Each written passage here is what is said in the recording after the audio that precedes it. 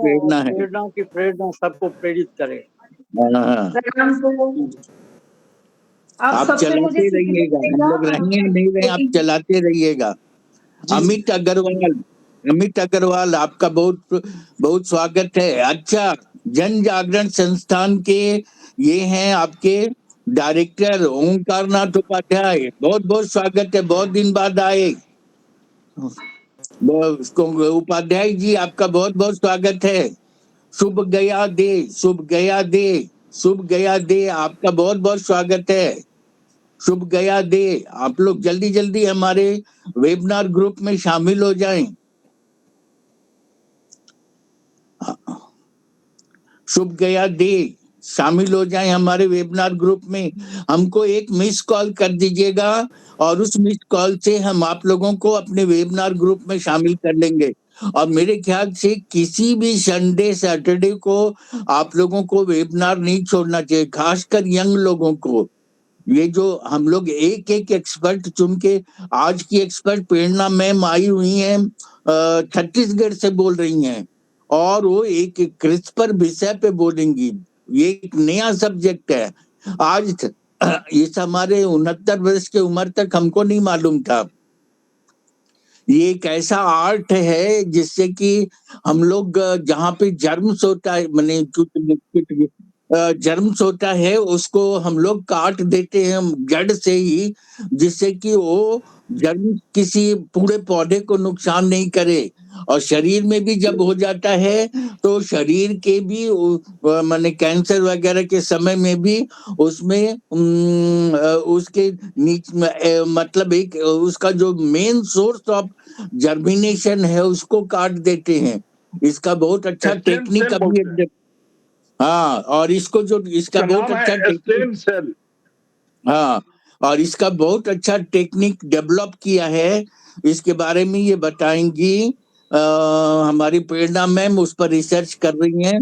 हर्ष साहब की तरह जैसे इकोनॉमिस्ट हैं और झा जी अपने लाइन के एक्सपर्ट हैं, सब एक्सपर्ट हैं। राकेश भट्ट डिजास्टर के हैं, ये उमेश चंद्र जी तो ऑलराउंडर हैं। और ये सब लोग जो एक एक लाइन के, उसी तरह से हमारी प्रेरणा मैम भी इस लाइन पे बहुत बड़ा रिसर्च कर रही हैं। हमने कहा है कि अपने प्रिंसिपल मैम को भी ले आइएगा। तो कल यशदा की डायरेक्टर जनरल भी आए थे, आज भी मैं उनको अभी फोन करता हूँ आ जाएं। तो सारे बड़े बड़े लोग आएंगे और हमारा प्रोग्राम में अपना अपना नया मतलब जागृत अनुभव सब देंगे, जिससे हम लोगों को बहुत लाभ होगा।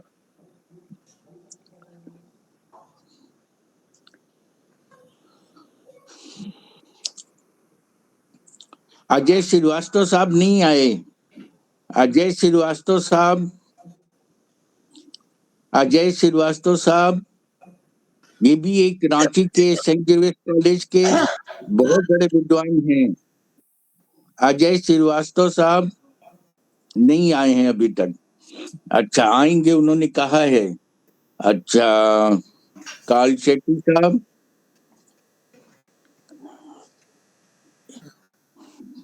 हम लोग अब 18 आदमी हो गए, तो हमारे ख्याल से शुरू कर देंगे और लोग आएंगे।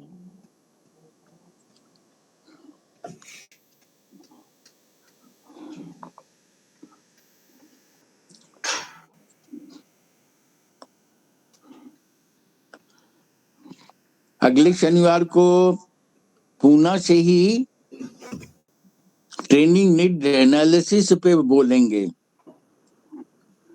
कॉल शेट्टी साहब को फोन करें।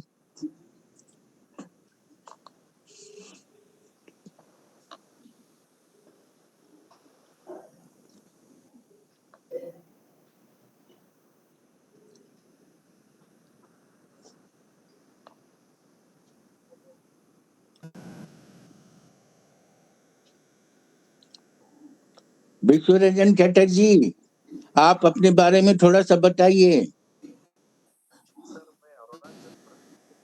जी सर, मैं क्या बताऊं, मैं बस ज्वाइन किया हूं। just to listen, and it will be a learning experience for me.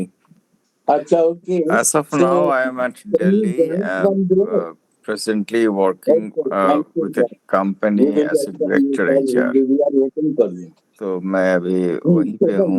So just now started. I was missing you and you. Thank you, sir. So kind of you. So kind of. हाँ. Sir को मेरा चटर्जी साहब, आप क्या बोल रहे थे? चटर्जी साहब को पहले नहीं, मैं कुछ नहीं बोल रहा था सर. मैं जो आपने बताया कि थोड़ा अपने बारे में बताइए, तो मैं बताता हूँ क्या डायरेक्टर HR की हैसियत से. पल्लव छिटी जी भी आ गए. आपका माइक कुछ डिस्टर्ब कर रहा है. आपका माइक डिस्टर्ब कर रहा है. ये चटर्जी साहब अपना थोड़ा माइक ठीक कर लें. अजय श्रीवास्तव साहब आ गए. अजय श्रीवास्तव साहब भी आ गए. चटर्जी साहब का माइक नहीं ठीक साउंड दे रहा है. ओके, अजय साहब आ गए. हाँ, बहुत. Sir, can you hear me? हाँ, yeah, now just we are hearing you. Okay. You are also a great scholar, so please say something about you. हाँ, चटर्जी साहब बोलिए. हाँ, बोलिए. Presently, I am as a director human resources. So I'm looking after two companies simultaneously. One company, a digital media, the New Indian, and another is the Yellow Straw, which is an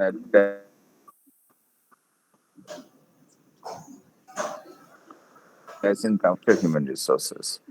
This is presently I'm doing after separation from the Times of India.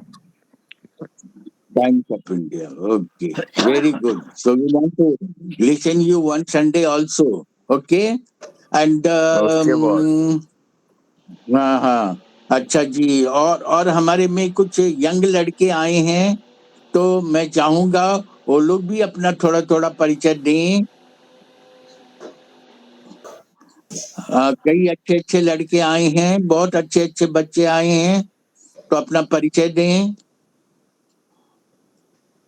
अपने बारे में बताएं. और उनसे उनको मैं सलाह दूंगा कि हर वेबिनार में मेरे आए. और किसी भी वेबिनार को यदि वो मिस करेंगे तो शायद फिर दोबारा वैसा नहीं वो सुन पाएंगे. मेरे रिकॉर्ड से भले सुन लें. Sergio Ricardo Corego, welcome madam. Sergio Ricardo. So you have come also from which place? I don't know. So we want your introduction. Ma'am, please introduce yourself.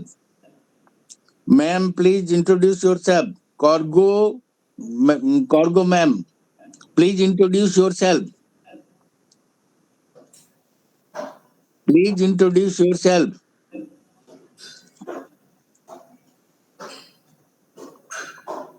अच्छा, she has left. No, it's okay. तो मैं अब अनुरोध करूंगा कि हमारे प्रसाद साहब अपने आशीर्वाद से और अपने मधुर वाणी से हमारे प्रेरणा मैम का स्वागत करें, और स्वागत करके उन्हें बुलाएं, और हम सबको इनका आशीर्वाद भी मिले प्रसाद साहब का, और हम लोग अपना प्रोग्राम शुरू करें. और अभी हम लोग करीब 20 आदमी हो गए हैं, और सब लोग धीरे धीरे आते रहेंगे. कार्ल शेट्टी साहब को हमने फोन किया, वो भी आ रहे हैं. तो अच्छे स्कॉलर सब लोग तो आ गए, और भी लोग बहुत से आएंगे. मैंने बहुत लोगों को खबर किया है, और डबल ट्रिपल खबर किया है. तो प्रेरणा मैम को बोलने के लिए हमारे चीफ गेस्ट साहब अखौरी महेश्वर प्रसाद साहब प्लीज आमंत्रण दें. और प्रसाद साहब. बहुत धन्यवाद अमिताभ जी. बहुत जाने पहचाने आवाज कई लोगों के आवाज सुनने के बाद अच्छा लग रहा है। विश्वनाथ चैटर्जी साहब की आवाज सुनी बहुत दिनों के बाद। हर्षवर्धन भी वापस आए। विद्या जी तो आते ही रहते हैं। जो लोग नहीं आते थे उनमें से अब बड़ा अच्छा लगा कि विश्वरंजन चैटर्जी आ गए। रही बात आज के मुख्य वक्ता प्रेरणा मैडम की बात सुनने का, तो मैंने तो समझा था कि ये विषय संबंधित है, मेडिटेशन से संबंधित है, लेकिन अच्छा ये होगा कि प्रेरणा मैडम खुद ही बता दें कि आज के विषय कुछ क्रिएटिव एस्पेक्ट्स हैं। और जैसा अभी अमिताभ जी ने भी कहा कि ये विषय इस पर पहले बात नहीं हुई, पता नहीं इस पर पहले बात हुई है नहीं, लेकिन हम लोग को इस तरह के प्रोग्राम हुए मेडिटेशन रिलेटेड, तो उससे तो कुछ जानकारी हो गई है, लेकिन आज कुछ लगता है मेडिटेशन से फर्क है, तो वो मेरा ख्याल है प्रेरणा जी खुद ही बता देंगे। और आज जिन्होंने हमारे ग्रुप को ज्वाइन किया है और इनको निमंत्रण किया, मैं उनको बहुत स्वागत करता हूँ। आप सबों की तरफ बहुत हृदय से स्वागत करता हूँ। अमिताभ जी के हर बात में कायल हूँ कि प्रेरणा जी आप इस ग्रुप को छोड़ नहीं सकेंगे अगर अमिताभ जी रहेंगे यहाँ पर। अमिताभ जी में कुछ ऐसा चुंबकत्व है जो एक बार आ जाता है इनके संपर्क में, छूट नहीं जाता है। और मैं चाहता भी नहीं हूँ, अपने बारे में तो मैं कह सकता हूँ कि हर सैटरडे संडे का मैं इंतजार करता हूँ। लगता है कि आप भी इंतजार करें। बहुत अच्छे विद्वान लोग जुड़ जाते हैं फोरम पर, और कुछ जुड़ते ही जाते हैं लोग। कहते हैं ऐसा कोई फोरम हमको भी नजर नहीं आया है, इतना बढ़िया फोरम। हर एक क्रॉस सेक्शन ऑफ टॉपिक्स पर हम लोग ज्ञान वर्धन होता रहता है और बड़ा कॉन्फिडेंस होता है। अब बीते विद्यानाथ जी से जो कुछ वो बोलते हैं, अविनाश शुक्ला जी, अजय जी या जोशी, बिल्कुल ऐसा लगता है कि सैटरडे और संडे बहुत ही अच्छा रहा। सरकारी जीवन में तो सैटरडे और संडे वेस्ट होता था, लेकिन यहाँ इसकी उपयोगिता बहुत लग रहा है। बोलने की जरूरत नहीं, प्रेरणा जी आप आ गई है, जुड़ गई है, आपका स्वागत करते हैं। आपकी बातों को सुनने के लिए हम लोग बिल्कुल बहुत क्या कहूँ इंतजार कर रहे हैं। बहुत अच्छा लगा। बिमलेश जी आप कुछ बोलना चाहते हैं? बिमलेश जी आए हैं, भागेल जी आए हैं। बिमलेश जी, भागेल जी कुछ बोलना चाहते? आपने हैंड रेज किया था। बिमलेश जी बहुत स्वागत है। आप हमारे वेबिनार ग्रुप में आप सभी जुड़ जाएं। आप सभी नए लोगों के लिए मैं अपना मोबाइल नंबर देता हूँ 9525614973 9525614973। और बिना और मतलब सोचिए, आप लोग बिना अवसर गंवाए आप लोग हमारे इस वेबिनार एसोसिएशन में शामिल हो जाएं। जब तक ये चल रहा है तब तक आप लोगों को तरह तरह का ज्ञान होगा और सभी अपने अपने लाइन के एक्सपर्ट हैं। डॉक्टर आशीष कुमार आपका स्वागत है, और लोग अभी बहुत आएंगे। तो प्रेरणा मैम हमारे चीफ गेस्ट साहब का आशीर्वाद मिल गया, उनकी अनुमति मिल गई। अब हम लोग अब शुरू करना चाहेंगे, आपके बारे में सुनेंगे। तो प्रेरणा मैम बोलना शुरू करें प्लीज, आपसे निवेदन है। सबको प्रणाम। और मैं छोटी हूँ तो गलती होगी और मैं उसकी माफी भी मांगूंगी, बट कोशिश करूंगी जितना आता है उतना बताने की। तो मैं शेयर कर रही हूँ स्क्रीन ताकि सबको दिख जाए वो।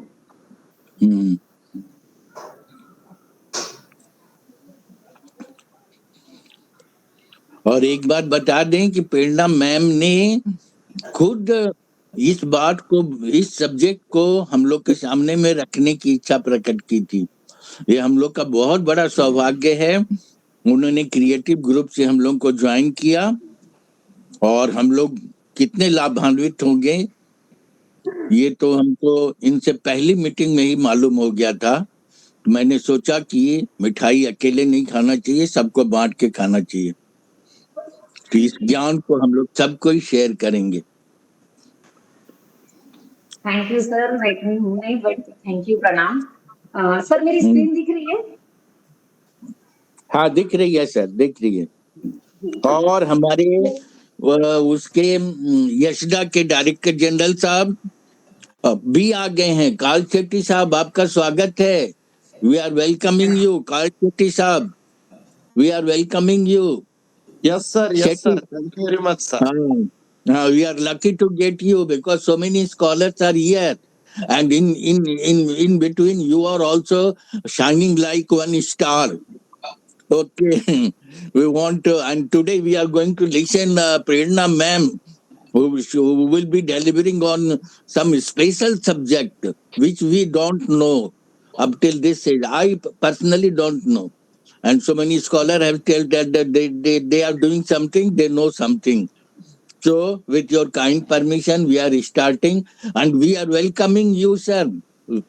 आप आते हैं तो हम लोगों का उत्साह और बढ़ जाता है। Thank you, sir. Thank you, sir. Welcome sir, welcome sir. तो प्रेरणा मैम प्लीज स्टार्ट। जी, सबको प्रणाम। मेरा टॉपिक इन जनरल मैंने लिया है navigating India challenges, biotechnological impactful solutions. हमारे इंडिया में वैसे तो बहुत सारे प्रॉब्लम्स हैं, लाइक एग्रीकल्चर से ले लीजिए, रिसोर्स से ले लीजिए, मेडिसिन से ले लीजिए, पर मैंने इस पर एक नया टॉपिक लिया है क्रिस्पर क्रॉनिकल्स, क्योंकि क्रिस्पर एक अभी नया जीन एडिटिंग टूल है जिस पर लोग अभी काम ज्यादा कर रहे हैं, इसलिए मैंने ये टॉपिक चूज किया।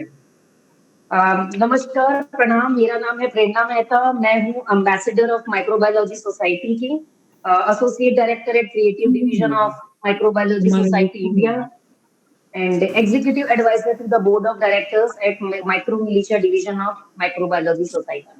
Apart from this, मैं असिस्टेंट प्रोफेसर हूँ डिपार्टमेंट ऑफ बायोटेक्नोलॉजी की, और मेरी कॉलेज का नाम है GB ruta college of science and technology, Bhilai, Chhattisgarh. तो टॉपिक में पहले आने से पहले हम थोड़ा बेसिक समझ लेते हैं कि एक्चुअली में सेल्स कितने हैं और हम किस पर काम कर रहे हैं। वैसे तो यहाँ पल्लव सर हैं जो, और अजय सर हैं, प्रणाम दोनों को, आप दोनों को। वो मुझसे ज्यादा जानते हैं इसके बारे में, बट स्टिल मैं कोशिश करूंगी। तो सेल्स हमारी टाइप में दो तरीके के होते हैं in general, eukaryotic and prokaryotic. Eukaryotic हम पढ़ेंगे बिकॉज हमारी जो ह्यूमन बॉडी है वो कैसी होती है, यूकैरियोटिक होती है। इसमें लेबर ऑफ डिवीजन होता है। लेबर ऑफ डिवीजन मीन्स होता है हर एक पार्ट अपना काम पता है उसको, वो काम करता रहता है। लाइक हमें अगर घर में काम करवाना है तो 5 लोगों को अपना अपना काम दे देते हैं कि आपको घर साफ करना है, एक को डेकोरेशन करना है, एक को खाना बनाना है, एक को सर्विंग करना है। तो ये हो गया डिवीजन ऑफ लेबर।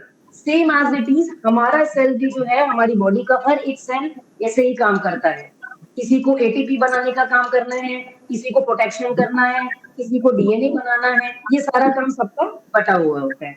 तो यहाँ पर प्रेजेंट यही है कि यूकैरियोटिक सेल्स, एनिमल सेल कैसा होता है, जिसमें हमारा जो मेन होता है न्यूक्लियस होता है, जिसमें nuclear core, nucleolus, nucleoplasm and nuclear envelope होता है, जिसमें हमारा डीएनए, जेनेटिक मटेरियल प्रेजेंट होता है। यूकैरियोट्स और प्रोकैरियोट्स में ये डिफरेंस बेसिक होता है कि हमारा जो न्यूक्लियस है वो न्यूक्लियस, हमारा जो डीएनए है वो न्यूक्लियस के अंदर होता है, बट प्रोकैरियोट्स में वो कहाँ होता है, साइटोप्लाज्म में फ्रीली रहता है। नेक्स्ट आता है, मैंने जो कहा nucleus, gateway to genetic code DNA and chromosome. तो अब डीएनए क्या होता है, क्रोमोसोम क्या होता है, जीन क्या होता है। हमारे सेल के अंदर जो न्यूक्लियस है उसमें होता है क्रोमोसोम। क्रोमोसोम किससे बनता है, जीन, डीएनए और प्रोटीन से। अब जीन का एक, डीएनए का एक छोटा सा सेगमेंट को बोलते हैं हम जीन। जैसे डीएनए की स्ट्रक्चर में मैंने कहा प्रोटीन होता है, वो होता है हिस्टोन प्रोटीन, जिसका डीएनए के छोटे से पार्ट को हम कहते हैं जीन। अब जीन किससे बना होता है, न्यूक्लियोटाइड्स। अब nucleotides means amino acids, adenine, guanine, cytosine और थाइमिन। ये 4 न्यूक्लियोटाइड्स हमारे जो हैं ये हमारे पूरे डीएनए को बनाते हैं, जबकि आरएनए में एक होता है यूरेसिल। सर मैं समझा पा रही हूँ ना? हाँ बिल्कुल बिल्कुल। न्यूक्लियोटाइड बना होता है 3 चीजों से, phosphate group, pentose sugar, nitrogenous base. मैंने जो कहा एडेनिन, गुआनिन, साइटोसिन और थाइमिन, ये I 4 think your slide is not moving, ma'am. If you are moving the slide, it is still static. Slide थोड़ा move. नहीं, अभी फर्स्ट ही आपका दिख रहा है। Yes, yes. और मिश्रा जी को जरा फोन कर दीजिए। ये अब दिख रहा है sir, second slide, third slide. Yes, yes. Now it has the second slide. Thank you.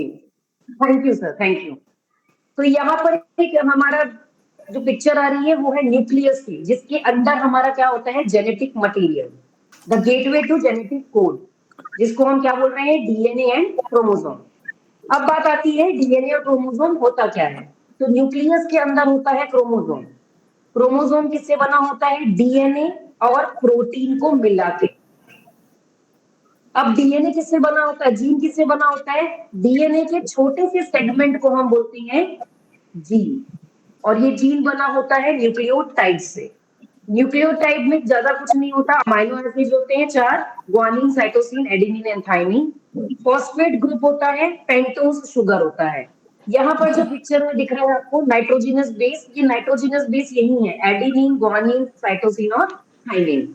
उसके साथ पेंटोज शुगर होता है, जिसकी C2 सेकेंड कार्बन में एक ऑक्सीजन की कमी होती है, इसलिए हम उसको बोलते हैं डीऑक्सीराइबोन्यूक्लिक एसिड, DNA।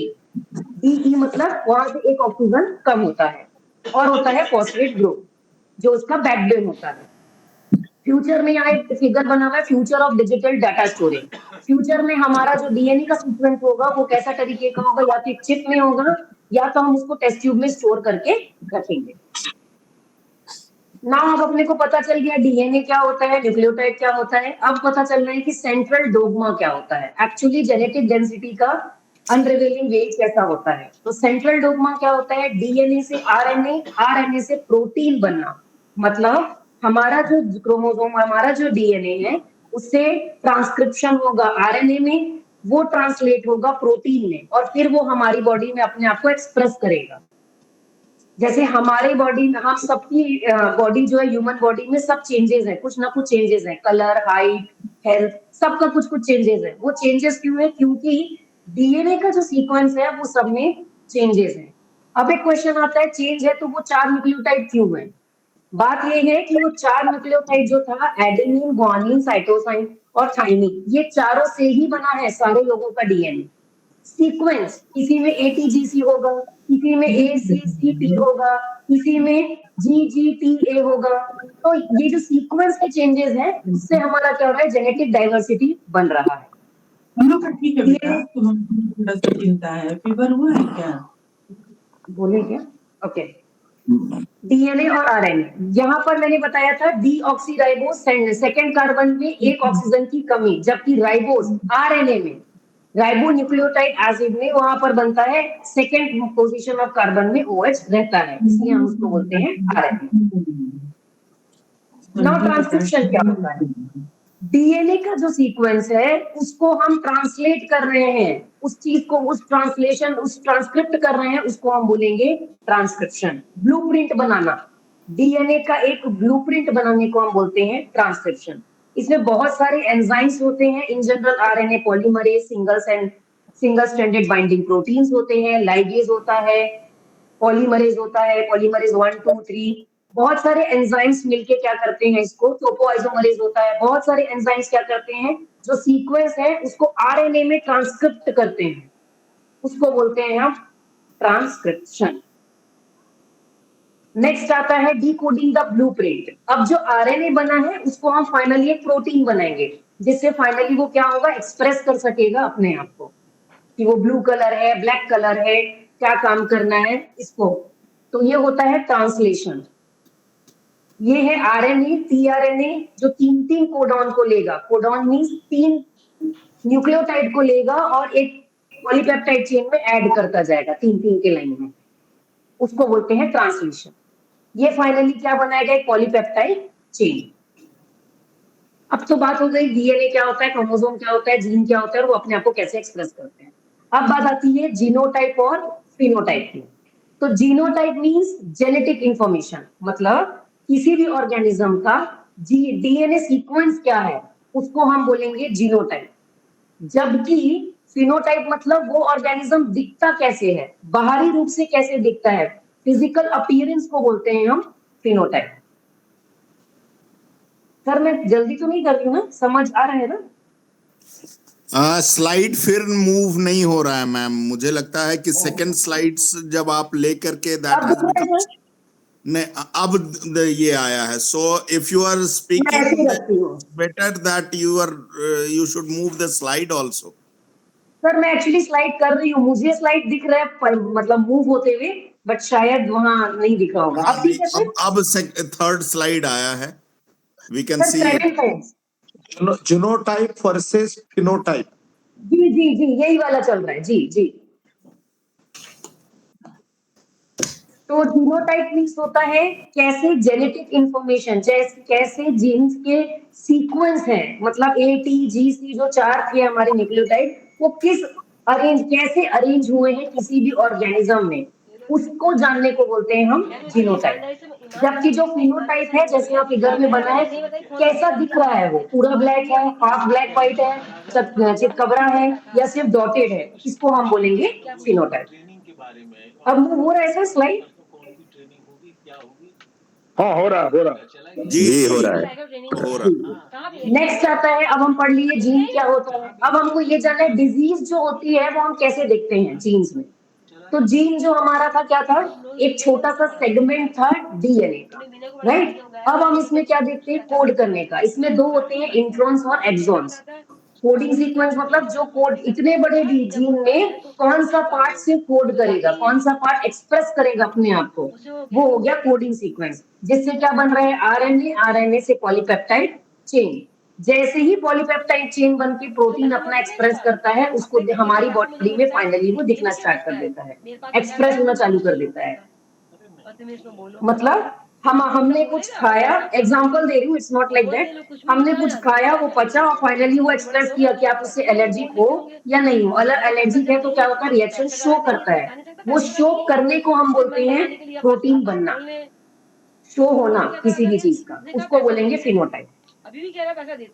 नेक्स्ट है कैसे। अभी हमने इतना सारा पढ़ा, वो एक छोटे से सम अप में मैंने किया है। सेल के अंदर न्यूक्लियस, न्यूक्लियस के अंदर क्रोमोसोम, क्रोमोसोम डीएनए और प्रोटीन, किसको प्रोटीन से बना हुआ है, और डीएनए के छोटे से सेगमेंट को हम बोल रहे थे जीन। अब इतने सारे ह्यूमंस हैं, उसमें इतने सारे डिजीजेज हैं, जेनेटिक लेवल पे हैं, वो कैसे होगा। मैंने यहाँ एग्जांपल दिया है सिकल सेल डिजीज, जो छत्तीसगढ़ में ज्यादा प्रेवलेंट है। तो सिकल सेल डिजीज में क्या होता है, जो एचबीवी की जगह जो सीक्वेंस है एचबीवी, वहां पर चेंज किया जाता है। HbA नॉर्मल है तो HbS आ जाता है।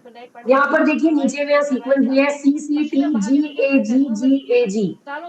जो CCT बना रहा है प्रोलीन ग्लूटामीन ग्लूटामीन, और यहाँ पर जब सिकल सेल हो जाता है तो CCT की जगह GTC ए की जगह वहां पर टी आ गया, तो जिसके कारण वो जहां पर वेलिन बनाना स्टार्ट कर दिया। इसकी जैसे ही जेनेटिक सीक्वेंस हमने देखा किसी भी सिकल सेल एनीमिक पर्सन का, तो हमको पता चला उसके जो सीक्वेंस होते हैं नॉर्मल, उसमें से एक न्यूक्लियोटाइड जो है वो वहां पर क्या है, वेरिएबल है, वो क्या है, चेंज है।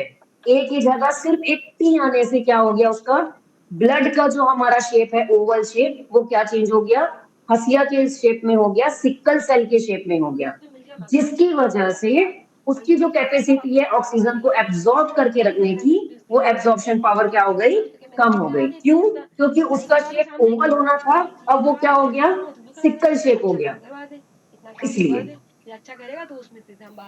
अब जो हमने यहाँ पर पढ़ा था सिकल सेल एनीमिया का, वही चीज यहाँ पर है, सिंगल न्यूक्लियोटाइड पॉलीमॉर्फिज्म। मैंने इसलिए इसमें ये बताया था कि देखिए एक ही जगह टी आने से कितना बड़ा चेंजेस आता है, इसी को बोलते हैं सिंगल न्यूक्लियोटाइड पॉलीमॉर्फिज्म। मींस अगर सीक्वेंस नॉर्मल सीक्वेंस में एक भी न्यूक्लियोटाइड अगर चेंज होता है, तो वो क्या कर देता है, उसको एक डिजीज के रूप में कॉज कर देता है, या कुछ ना कुछ चेंजेस एक्सप्रेस करता है। यहाँ पर जो सिंगल न्यूक्लियोटाइड पॉलीमॉर्फिज्म है, ये बताता है आपको क्या चेंजेस आए हैं और किस जीन की वजह से, किस न्यूक्लियोटाइड की वजह से आए हैं। इसको हम फॉरेंसिक में भी यूज कर सकते हैं, इसको हम जेनेटिक डिजीज को दिखाने के लिए रिसर्चर्स इसमें वर्कआउट कर सकते हैं कि क्या चीज, क्या सीक्वेंस को चेंज करने से क्या चीज नई बन रही है। यहाँ पर एक टॉपिक लिखा हुआ है genome wide association study. Means हमने इतने सारे जीनोम जो देखे हैं ह्यूमंस के, उसमें से कितने लोगों में ये सिंगल न्यूक्लियोटाइड पॉलीमॉर्फिज्म, जी मैम, इतने सारे जो ह्यूमंस हैं उनमें कितने लोगों में ये दिख रहा है सिंगल न्यूक्लियोटाइड पॉलीमॉर्फिज्म, ये हम इससे जान सकते हैं।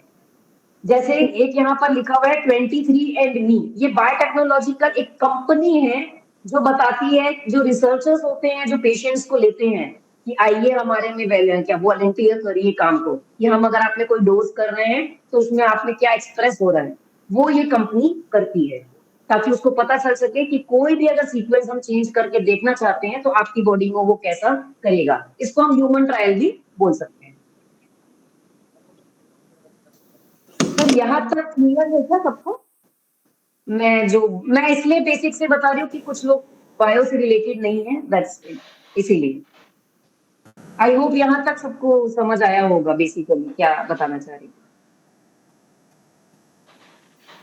नेक्स्ट आता है कि हम क्रिस्पर जो ले रहे हैं वो क्यों ले रहे हैं। CRISPR clusters of regularly interspaced short palindromic repeats, ये फुल फॉर्म है क्रिस्पर का, clusters of regularly interspaced short palindromic repeats.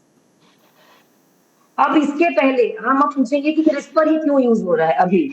तो पहले यूज होता था zinc finger nucleases, transcription activator like effector nucleases, इन दोनों का सबसे ज्यादा इस्तेमाल पहले होता था, बट अब उसको ओवरकम किसने कर दिया, क्रिस्पर ने।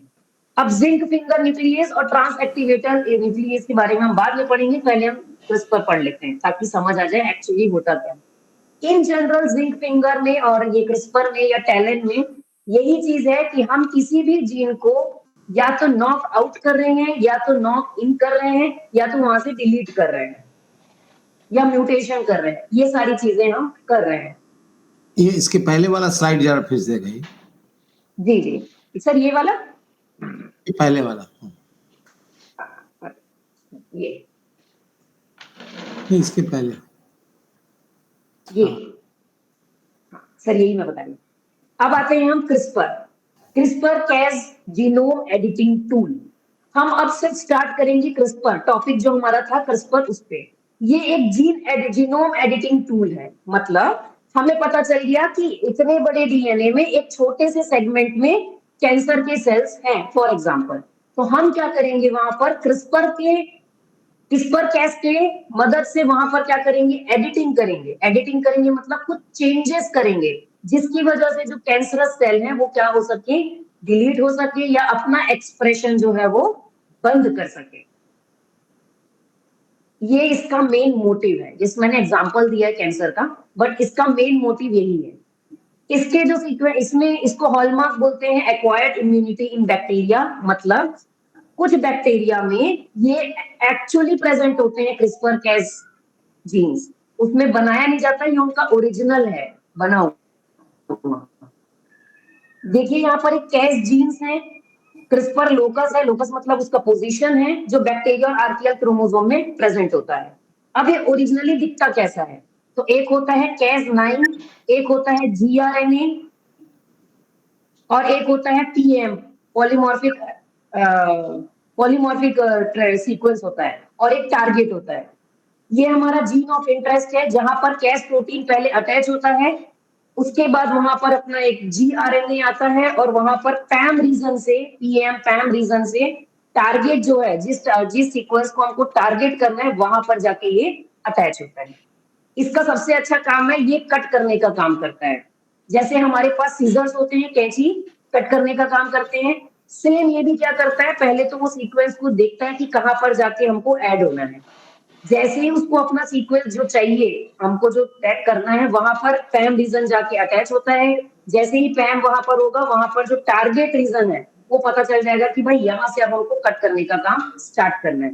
वो वहां पर से कट करेगा जिस जीन को हमको यहाँ से निकालना है और वहां से ये एडिटिंग का काम शुरू करता है। अब ये क्वेश्चन आता है कि हम जीन को कट क्यों कर रहे हैं, अच्छा भला चल रहा है तो क्यों कट कर रहे हैं? कट इसलिए कर रहे हैं कि हमको पता चल गया इतने बड़े सीक्वेंस में ये छोटा सा जो सीक्वेंस है वो हमको क्या कर रहा है, डिजीज कॉज कर रहा है। For example sickle cell anaemia कर लो, कैंसर कर लो, कुछ भी कर रहा है, उस पर्टिकुलर पार्ट को हम क्या करना चाहते हैं, रिमूव करना चाहते हैं। इसलिए हम क्या कर रहे हैं, कट कर रहे हैं। कट करने के बाद क्या करेंगे, ऐसा तो नहीं उसको वहीं से जोड़ देंगे, तो नॉर्मल न्यूक्लियोटाइड्स वहां पर होंगे, उसको ज्वाइन करेंगे और ज्वाइन करने के बाद क्या करेंगे हम उसको ट्रांसक्रिप्शन, ट्रांसलेशन, पॉलीपेप्टाइड चेन और फाइनली प्रोटीन के रूप में वो अपने आप को एक्सप्रेस करेगा। ये हमारा मेन मोटिव है इस पूरे सेमिनार का। अब क्या क्या काम करते हैं कैस में? Cas9 प्रोटीन जो है वो 6 डोमेन से बना होता है, REC1, REC2, HNH, RUBC, PAM interacting domain और एक ब्रिज हेलिक्स होता है।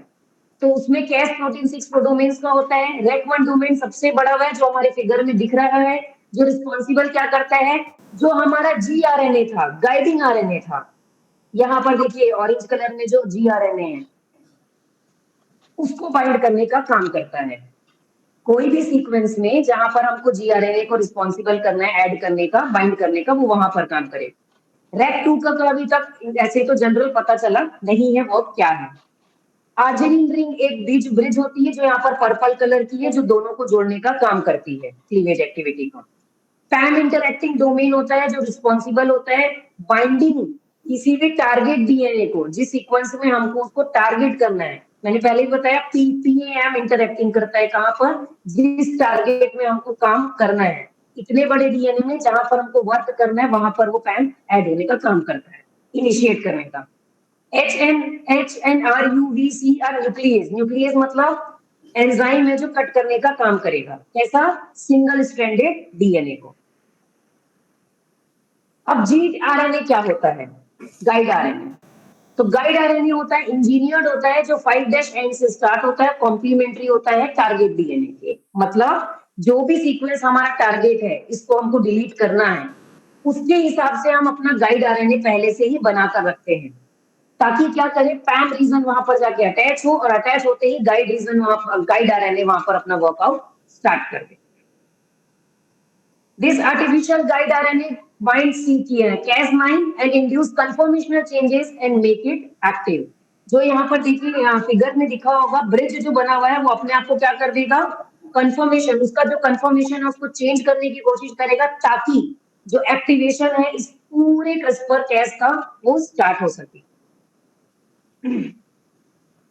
जीन एडिटिंग टेक्निक में इंसर्टिंग, रिमूविंग या मॉडिफाई करते हैं हम डीएनए को। कैसे? बाय यूजिंग रेडिएशंस, केमिकल्स, न्यूक्लियेजेस और मॉलिक्यूलर सीजर। यहाँ पर मैंने पहले ही बताया है न्यूक्लियेजेस जो क्या है वो रेस्ट्रिक्शन एंजाइम्स हैं और एंजाइम्स हैं जो क्या कर रहे हैं, एज अ सीजर के काम कर रहे हैं, मतलब कट करने का काम कर रहे हैं।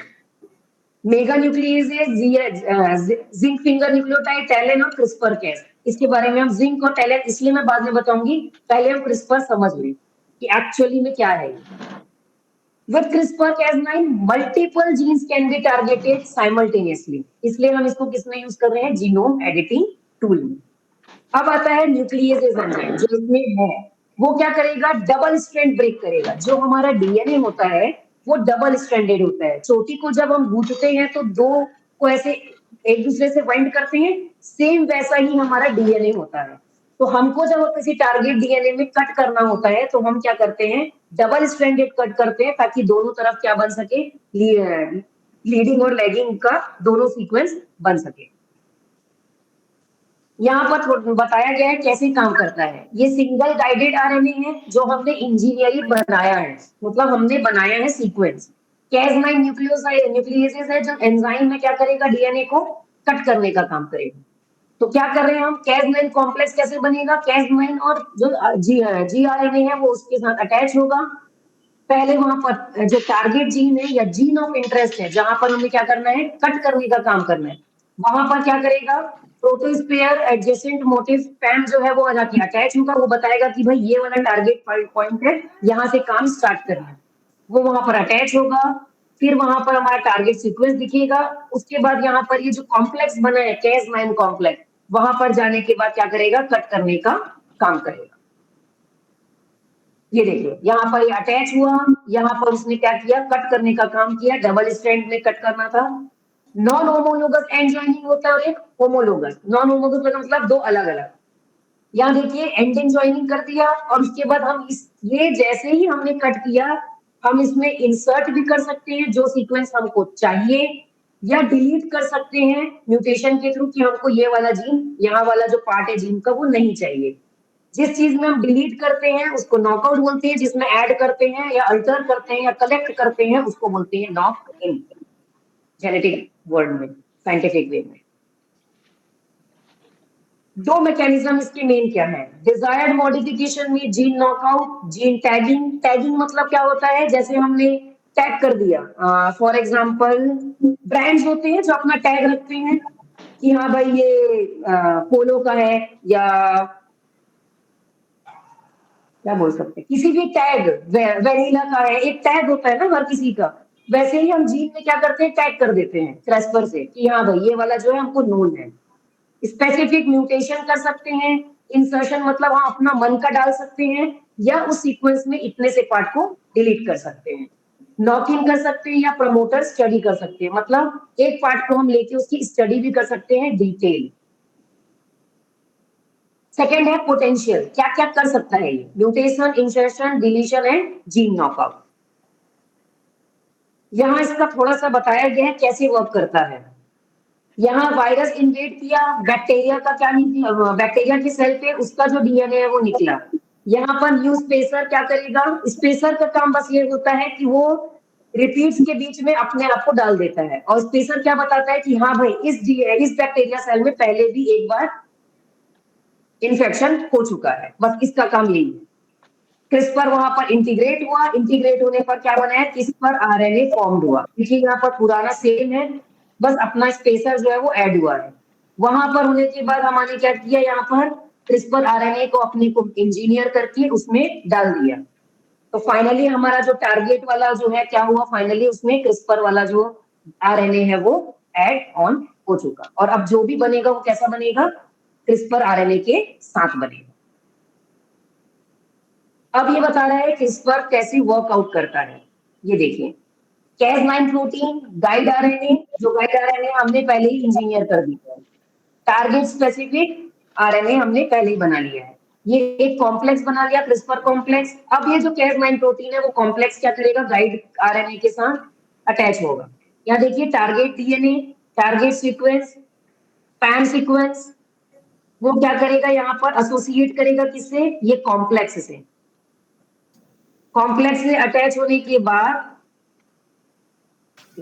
हाँ, ये Cas9 प्रोटीन कॉम्प्लेक्स क्या करेगा, डबल स्ट्रैंड डीएनए को कट करेगा, और कट करने के बाद फाइनली क्या करेगा, हमारे जो मन का डीएनए है, डोनर डीएनए, उसको वहां पर इंसर्ट कर देगा।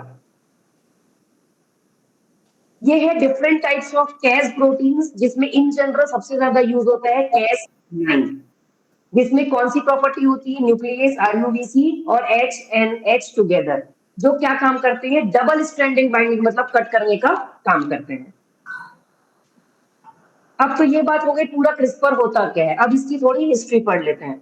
तो सबसे पहले discovery interspace short repetitive sequence की हुई थी 1987, फिर क्रिस्पर एडेप्टिव इम्यूनिटी स्टार्ट हुई थी 2007, फर्स्ट ह्यूमन क्रिस्पर ट्रायल हुआ था 2016 को, 13 को हुआ था एप्लीकेशन फर्स्ट जीनोम एडिटिंग में मैमल्स में, 2002 में स्टार्ट हुआ था, क्रिस्पर वर्ड यूज हुआ था। सेम वही चीज है, जीनोमिक डीएनए है, Cas9 आया, एक कॉम्प्लेक्स बना के पैम ऐड हुआ, वहां पर हमने कट किया इससे गाइडेड आरएनए के थ्रू, और वहां पर डबल स्ट्रैंडेड बाइंडिंग और कट हुआ। नॉन होमोलोगस और होमोलोगस दो तरीके से हमने क्या किया, उसमें मॉडिफिकेशन किया। ये है क्रिस्पर जो पहले बताए थे, Emmanuelle Charpentier, Jennifer Doudna, Martin Jinek, सिजलिंग एंड फॉन्सोरा, माइकल हॉर्न। अब आते हैं, ये हमने पढ़ा क्रिस्पर का, अब एक बचा था जिंक। ये है जिंक न्यूक्लियस प्रोटीन और ट्रांसक्रिप्शन। तो यहाँ पर मैंने तीनों का देखिए एक वो रखा हुआ है, कैसे तीनों वर्क करते हैं। ये जो फ्लॉक लिखा हुआ है FOK1 न्यूक्लियस, ये क्या है, फ्लेवोबैक्टीरिया ऑकिनोकॉइड्स के बैक्टीरिया से निकला हुआ है, और यहाँ पर ये जो है एक न्यूक्लियस वो एंजाइम है जो वहां पर अटैच होगा। तो जिंक फिंगर प्रोटीन क्या करता है, सिस्टीन और आर्जिनिन का ऐड होता है, जिसमें जिंक और इसमें जिंक क्या करता है, सबको बाइंड करने का काम करता है, इसलिए इसको जिंक फिंगर न्यूक्लियस बोलते हैं। ये क्या करता है, अटैच होता है, ये सिंगल स्ट्रैंडेड होता है, एक ही स्ट्रैंड में अटैच होगा, अटैच होने के वहां पर कट करने का काम करेगा। TAL इफेक्टर न्यूक्लियस जो है, फुल फॉर्म है transcription activator like effector. Sequence हम जान लेते हैं ट्रांसक्रिप्टर एक्टिवेटर इफेक्टर का। FOK1 न्यूक्लियस यहाँ भी वर्क करेगा। ये क्या करेगा, दोनों की तरफ अटैच होगा, ये भी सिंगल स्ट्रैंडेड है, कट करेगा, और उसके बाद क्या करेगा, फाइनली हमको वहां पर अपना जिस एरिया को कट करना है वो काम करेगा। अब आता है क्रिस्पर डीएनए। तो यहाँ पर जब ये दोनों में हम क्या कर रहे थे, दो ले रहे थे, जिंक फिंगर न्यूक्लियस 2 ले रहे थे, TALANS भी हमने 2 ले रहे थे, जबकि क्रिस्पर क्या करता है, एक साथ दोनों तरफ कट करने का काम करता है। इसको हम जैसे ही यहाँ पर अपना जीन एडिट कर दिए, अब अगर हम किसी को माइक्रो इंजेक्ट कर रहे हैं रैट एम्ब्रियो में, तो हम क्या करेंगे, उसका mRNA को लेंगे, ट्रांसफर करेंगे किसमें, स्यूडो प्रेग्नेंट फोस्टर मदर्स पे, और फाइनली हम जब डिलीवर करेंगे तो क्या होगा, 1 से 4 या 10 बनने का स्टार्ट होगा। कैसा, क्रिस्पर Cas के साथ। तो डिजाइन में कॉम्प्लेक्सिटी थी, जिंक और टैलेंट में ऑफ टारगेट इफेक्ट्स था, मतलब अनइंटेंडेड म्यूटेशन हो रहा था। जब भी हम जिंक वाले से और ट्रांसक्रिप्शन एक्टिवेटर से कट करने का काम कर रहे थे, तो वहां इन जनरल अननोइंगली म्यूटेशन मतलब सडन चेंज हो रहा था जीन में। इसमें फ्लेक्सिबिलिटी कम थी और टाइम ज्यादा लग रहा था, किसमें, दोनों को काम करने में, और इसी तीनों चीज को ओवरकम किसने किया है, क्रिस्पर ने, ताकि वो क्या कर सके, एक तो म्यूटेशन ना हो, एक तो जहां पर करना है प्रिसाइसली काम करे, और कॉस्ट भी क्या हो, कम हो। तो फाइनल आता है अब एप्लीकेशन। इतना जो हमने पढ़ा है उसका काम क्या हो रहा था। तो एप्लीकेशन एग्रीकल्चर में है, हमको अगर ड्रॉट रेजिस्टेंट बनाना है तो हम क्या करेंगे, ड्रॉट वाला जो पार्ट है, जो एक सीक्वेंस है जिसमें क्या हो रहा है, वो कम पानी में जी नहीं पा रहा है, तो वहां वाले पार्ट को हम क्या करेंगे, क्रिस्पर से कट करेंगे, अपना जीन ऑफ इंटरेस्ट डालेंगे, और फाइनली उसको एक्सप्रेस होने के लिए उसमें डाल देंगे। नेक्स्ट है कैंसर रिसर्च में, इसका मैंने एक और अच्छा बनाया है, मैं आपको उसमें बता दूंगी। ठीक है, ये बना, पेशेंट का ब्लड लेंगे, उसके टी सेल्स को देखेंगे, क्यों, क्योंकि टी सेल्स ही पहले क्या करेंगे, उसमें एंटीजन को रिमूव करने का काम करती है, एडेप्टिव इम्यूनिटी है वो। वहां पर उसके एडिट करेंगे टी सेल्स को, उसके जो प्रोटीन ऊपर में जो ऐड होते हैं, एंटीजन्स ऐड होते हैं, वहां पर इसको चेंज करेंगे। फाइनली उसके PDCL और ट्रैक में ट्रैक मतलब वो होता है एंटीजन का अल्फा और बीटा पार्ट को हम बनाएंगे, और वहां जो PD रीजन है उसको हम सप्रेस करेंगे, ताकि जो कैंसर सेल्स हैं उसको हम क्या करें, एक्सप्रेस होने से बंद कर सकें। इसका मैं और आगे बताऊंगी आपको। मेडिकल में जहाँ काम आ रहा है मैडम एक मतलब हमने देखा है बहुत से कैंसर पेशेंट्स को जब भी वो कट करने का प्रयास करते हैं, कट करते हैं या छुरी कांटा लगा, तो वहां पे वो डिजीज बढ़ता ही चला जाता है, फूलता चला जाता, और फिर और घातक हो जाता है। तो उस समय तो कैसे मतलब ये क्रिस्पर उस खतरे से कैसे बचाती है? सर क्रिस्पर क्या करेगा, ये वाला स्लाइड है, ये पेशेंट का टी सेल लेंगे कैंसर वाले का, उसमें हम अपना कॉम्प्लेक्स पैम प्रोटीन गाइड और ये पूरा डालेंगे। उसके बाद एक लेंटिवायरल वेक्टर होता है, ये ऐसा वेक्टर होता है जो जनरली एकदम स्टेबल होता है और काम अच्छे से प्रॉपरली प्रिसाइसली करता है। तो यहाँ पर देखिए टीसीआर है, टीसीआर है मतलब टी सेल रिसेप्टर है यहाँ पर अल्फा और बीटा, वो वहां पर जाके क्या हो जाएगा, अटैच हो जाएगा। अब यहाँ पर आने के बाद हम यहाँ पर PDCD1 जो दिख रहा है, प्रोग्राम्ड सेल डेथ प्रोटीन, इसका काम क्या है, इम्यून रिस्पॉन्स को रेगुलेट करना। तो हम क्या करेंगे, क्रिस्पर के थ्रू इस नॉकआउट कर देंगे, PDCD को हम वहां से डिलीट कर देंगे। तो फाइनली क्या होगा, टीसीआर जो है वो नॉकआउट होकर कैंसर पैटर्न में हम उसको डाल देंगे। मतलब इन जनरल क्या बोलेंगे, इनकी जो टी सेल है उनके रिसेप्टर को हम ऐसे चेंज करेंगे क्रिस्पर के थ्रू, ताकि जो इनका जो प्रोग्राम सेल डेथ प्रोटीन है उसका हम क्या कर सके, डिलीट कर सके, ताकि वो कैंसर सेल जो है वो क्या हो सके, उसका जो एक्सप्रेशन है वो वहां पर खत्म हो जाए, बंद हो जाए। इसका मतलब है एक कीड़ा हुआ है गेहूं में, उस कीड़े को हम निकाल देंगे तो बाकी उसका ना अंडा होगा ना उससे और कीड़े बनेंगे। बस ये मैंने इसके लास्ट में, तो ये कैंसर में ऐसे हेल्प कर सकता है। अच्छा, इसके अलावा भी है, अब हम तो यहाँ तक तो हमने मैनुअली जो जो कर सकते हैं वो था। अब ये एक प्रोग्राम वो है DTU से बना हुआ है, PABLO और PCASO, ये गेम चेंजर टेक्नोलॉजी है जो क्या करिए क्रिस्पर को एक और अच्छा एक मुकाम दी है। ये कैसा है, ये एकदम प्रिसाइज है और इसमें रिवर्सिबल DNA एडिट्स है। मींस हम अभी तक क्या कर रहे थे, DNA को एडिट कर रहे थे तो एक बार जैसा कर दिए वो वैसे ही रहेगा। और ये प्लेबो और PCASO जो है वो क्या कर रहे हैं, हमने एक बार चेंज किया, उसमें हमारे पास पावर है कि वापस हम उसको नॉर्मल कर सकते हैं, वापस उसको चेंज कर सकते हैं। तो ये वाला जो इंट्रोड्यूस हुआ है नया प्लेबो और कैसो, वो वाला बहुत ही अच्छा और एक नया काम हमारे लिए आगे करा है कि हम एक बार रिसर्च करके उसको वापस चेंज कर सकते हैं। इसके थ्रू पैन सीक्वेंस, जिसमें हमको पैन सीक्वेंस की जरूरत नहीं पड़ेगी, प्रोटोस्पेसर एडजेसेंट मोटिव की जरूरत नहीं पड़ेगी। जो क्या कर रहा था, पहले टारगेट, जहां पर टारगेट था हमारा सीक्वेंस में, वहां जाके पहले ये उसी के जस्ट पहले वो ऐड हो रहा था और इस पैन सीक्वेंस को हमको बनाना पड़ रहा था। तो ये प्लेबो और PCASO क्या कर रहा है, इसको बनाने की जरूरत ही नहीं कर रहा है, इसको सीधा हमको ये वाला प्रोसीजर ही हटा दिया है, वो डायरेक्ट ये प्रोसीजर है ही नहीं। अब डायरेक्ट आप वहां पर जाओ, कैस प्रोटीन जाएगा, GRNA जाएगा और वहां पर अपना न्यूक्लियस काम करना स्टार्ट करेगा। इसलिए ये एक लेवल अप है। अब एक नया एल्गोरिदम आया है, जैसे NCBI में MIT MAC गवर्नमेंट इंस्टीट्यूट ने बनाया है एक NCBI में कि फ्लश क्लस्ट करके, FLSH और क्लस्ट करके। ये भी एक क्या है, इतने सारे जो कैंसर्स के वो हुए हैं या इतने सारे क्रिस्पर के जो डेटाबेसेस हैं उनको पब्लिकली हमको वो दे दिया है, ताकि हम रिसर्च कर सकें, ताकि हम समझ सकें कि इसमें और क्या नया हम कर सकते हैं। Thank you.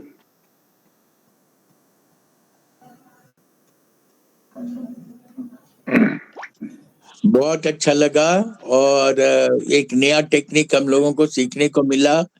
पल्लव क्षितिज जी साथ में काम कर रहे हैं और उनको भी बहुत सा इस संबंध में है। If you want to add something Pallav ji, हम सुनेंगे। अजय साहब विद्वान हैं, अजय साहब से भी कुछ सुनेंगे। If you want to add something, Bimlesh ji and someone जैसे शिफा अंसारी और बाकी जो लोग हैं, वो लोग कुछ प्रश्न पूछना चाहें तो खुल के प्रश्न पूछें।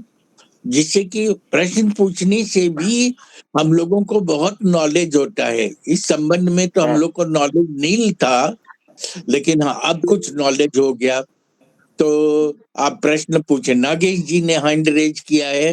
नागेश जी बोलिए। प्रेरणा बेटी मेरा क्वेश्चन नंबर 1। जी सर। क्वेश्चन नंबर 1 भी मेरा रहेगा, लास्ट क्वेश्चन भी पूछूंगा मैं। मेरा क्वेश्चन नंबर 1 बेटी ये है कि जिस ढंग से आपने कैंसर के बारे में कहा, तो मैं जस्ट उल्टा बोल रहा हूँ। हम क्यों नहीं कुछ अच्छी चीज को ले आए, ताकि जो हमारा जो सेल है उसी में हमारा IQ बढ़ जाए, हम आइंस्टाइन बन जाए। ऐसा कुछ भी इसमें पॉसिबल है? सर मैं समझी नहीं आपका सवाल, सॉरी। मेरा सवाल ये है, DNA में मॉडिफिकेशन करके हम कोई इंटेलिजेंट एक नहीं, मेरा क्वेश्चन ये है, DNA में मॉडिफिकेशन करके हम कोई और अच्छा इंटेलिजेंट बच्चा, इंटेलिजेंट आदमी, इंटेलिजेंट लड़का बना सकते हैं? हाँ सर, ये आया है ये अभी हो रहा है रिसर्च में, जहाँ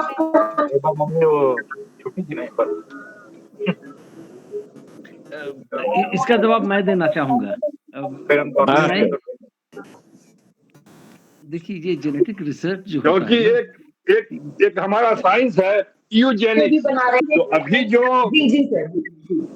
ये आपका जो भारत सरकार का जो आपका पेंशन स्कीम है, इसी फंडामेंटल पर जो चेंज हुआ है उसका कारण यही है।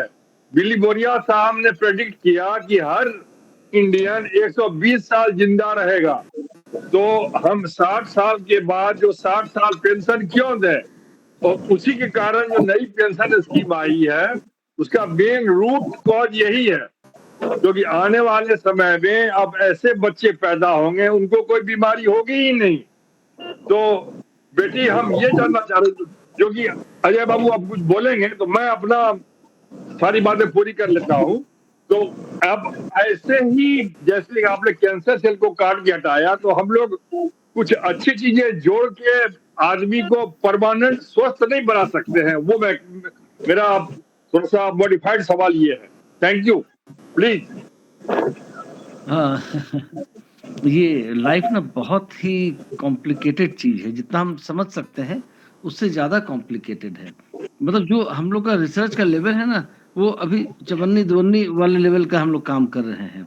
और जो कह रहे हैं कि इंटेलिजेंट बच्चे या सुपर इंटेलिजेंट बच्चे, या फिर वैसे बच्चे जो कभी, वैसे प्राणी जो कभी बीमार ही ना पड़े, वो तो मतलब 1000-2000 के नोट वाली बात हो जाएगी। वो तो बहुत ही बड़ी, that's a very very tall order. और दूसरी बात ये है कि I told you life is very complicated. अगर मतलब if the environment is good for me, the environment is good for pathogens also, the environment is good for those chemicals also. Okay, तो हम वो कंडीशन को तो अपने हिसाब से बना लेते हैं, लेकिन उस कंडीशन में वो सब भी तो पनप जाते हैं। तो अगर हम ऐसा सुपर ह्यूमन बनाएंगे तो सुपर पैथोजेंस निकल आएंगे, सुपर डिजीजेस निकल आएंगे। तो ये बस एक जंग है जिसको लड़ते जाना है। और ये जेनेटिक रिसर्च की बात मैं कह रहा था ना, कि अब जैसे कि कोई एक पौधा दिखा, उस पौधे को हम गामा रे इरेडिएशन दे करके कोई नया वैरायटी बनाते हैं। तो ऐसा नहीं कि एक पौधा को हमने गामा रे डाला और वो पौधा तुरंत मेरे मन लायक बन गया, ऐसा नहीं होता है। 1000 5-5 हजार पौधे के सैंपल नष्ट होते हैं, उसके बाद जाकर एक निकलता है। क्या वो चीज हम लोग ह्यूमन बीइंग पर वो ट्राई कर सकते हैं कि मतलब 1000-2000 बच्चे बर्बाद हो जाएं, उसके बाद शायद कोई अच्छा निकले? मतलब दैट इज अनएथिकल। तो इसलिए हमारी वो सीमाएं हैं, हमारी बेड़ियां हैं, और उस तरह हम जंप नहीं कर सकते रिसर्च। तो सर यहाँ अजय साहब, ये एक डॉक्टर अजय बाबू आपका बहुत अच्छा जवाब रहा। मैं क्योंकि आप बॉटनी के हैं सर, मैं भी आप ही के कॉलेज का छात्र हूँ, लेकिन मैं बॉटनी का एकदम मैं सही एग्जाम्पल दे रहा हूँ। हमारे यहाँ 5 आम का पेड़ है, मैं अपने हाथ से लगाया था। उसमें एक आम का पेड़ कई जब से लगाया तब से फला ही नहीं। तो मैं आम के पेड़ के सामने खड़ा होके बोला, उसको जोड़ चिल्ला के नहीं बोला, मन में सोच के बोला कि हे आम वृक्ष, यदि आप हमको फल नहीं दे रहे हैं तो अब हम इस साल आपको काट सकते हैं।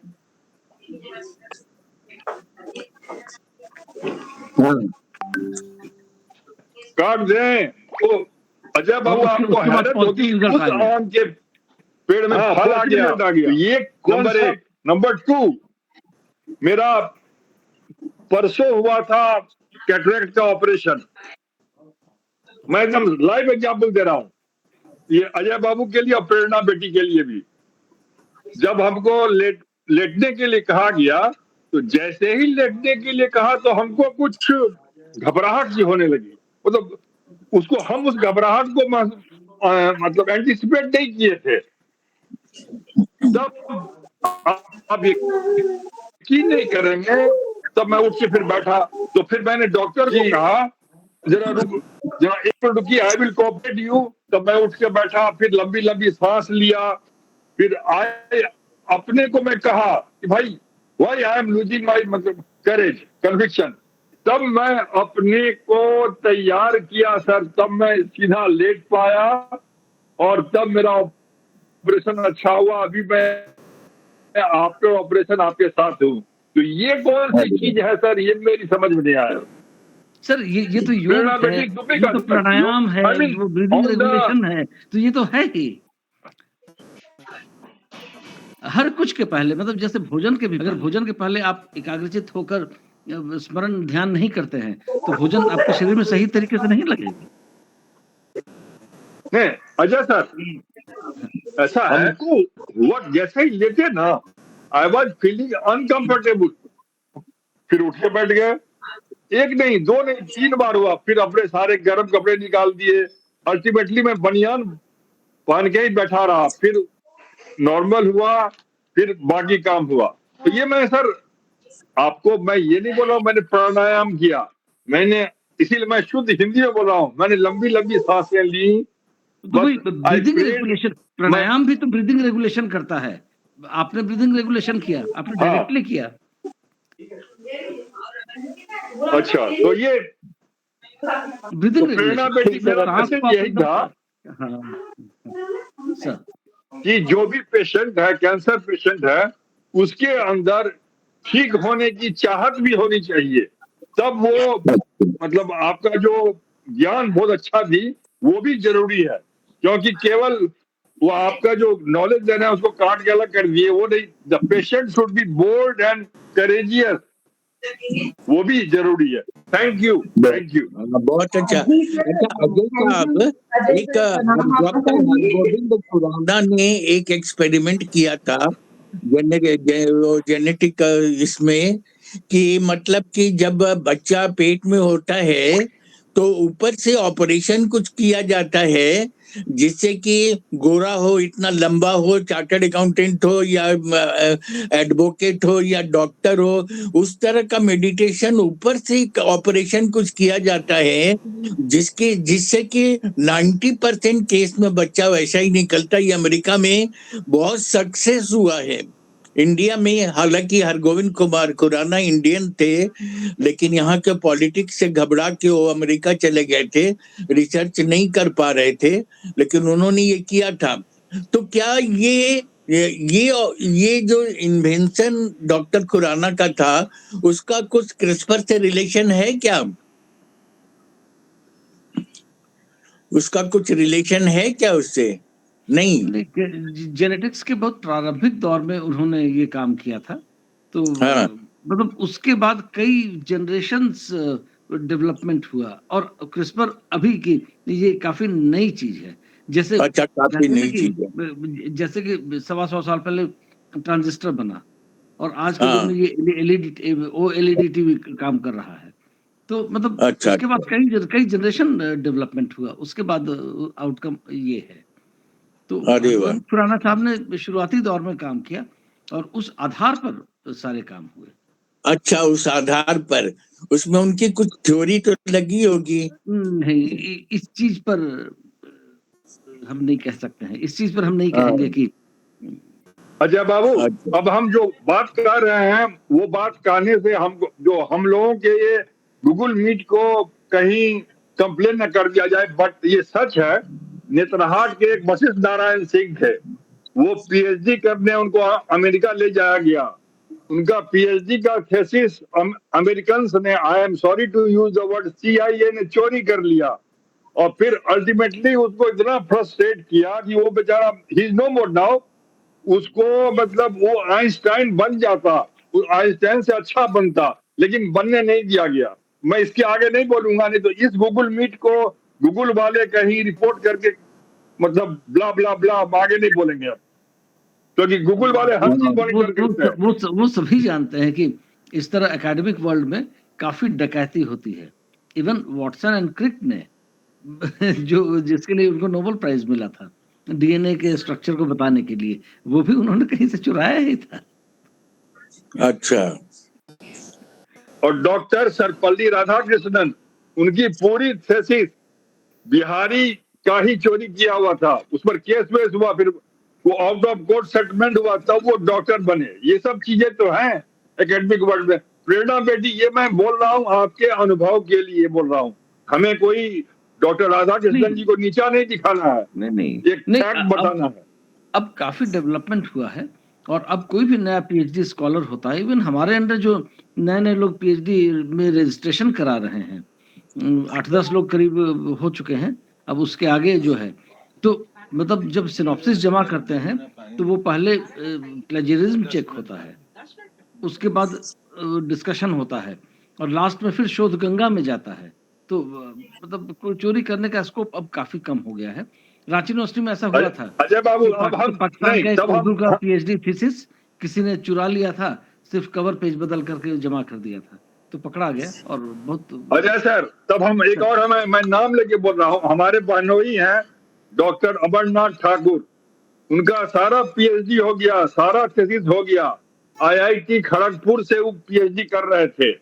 लास्ट में जब सारा कुछ हो गया तो जो उनका प्रोफेसर था वो उनका सारा चीज चोरी कर लिया। ये सच्ची बात बोल रहा हूँ। तब फिर उनको अपना टॉपिक बदला और फिर नया से फिर उन्होंने पीएचडी किया। ये IIT खड़गपुर, ये हमारे घर की घटना है sir. Anyway, I am not blaming, Prerna बेटी के लिए बोल रहा हूँ। ये बहुत खराब चीज है और जो लोग भी ऐसा करते हैं ना, उनको सिर उठा के जीने का अधिकार नहीं होना चाहिए। हाँ। पल्लव साहब, आप कुछ बोलना चाहेंगे? पल्लव जी आपको सुनना चाहेंगे? बिल्कुल sir, thank you Prerna ma'am, बहुत अच्छा। हालांकि let me confess that I am not, though I am student of Saint Xavier's College Ranchi, but मैं अजय सर का स्टूडेंट कभी नहीं रहा, क्योंकि I opted for PCM only. दो अभी आज के डेट में मैं इंडियन इकोनॉमिक सर्विस ऑफिसर हूं, लेकिन मैं सेंट जेवियर्स रांची में ISC किया, लेकिन फिजिक्स, केमिस्ट्री, मैथ्स तक रह गया था, बायोलॉजी नहीं पढ़ा।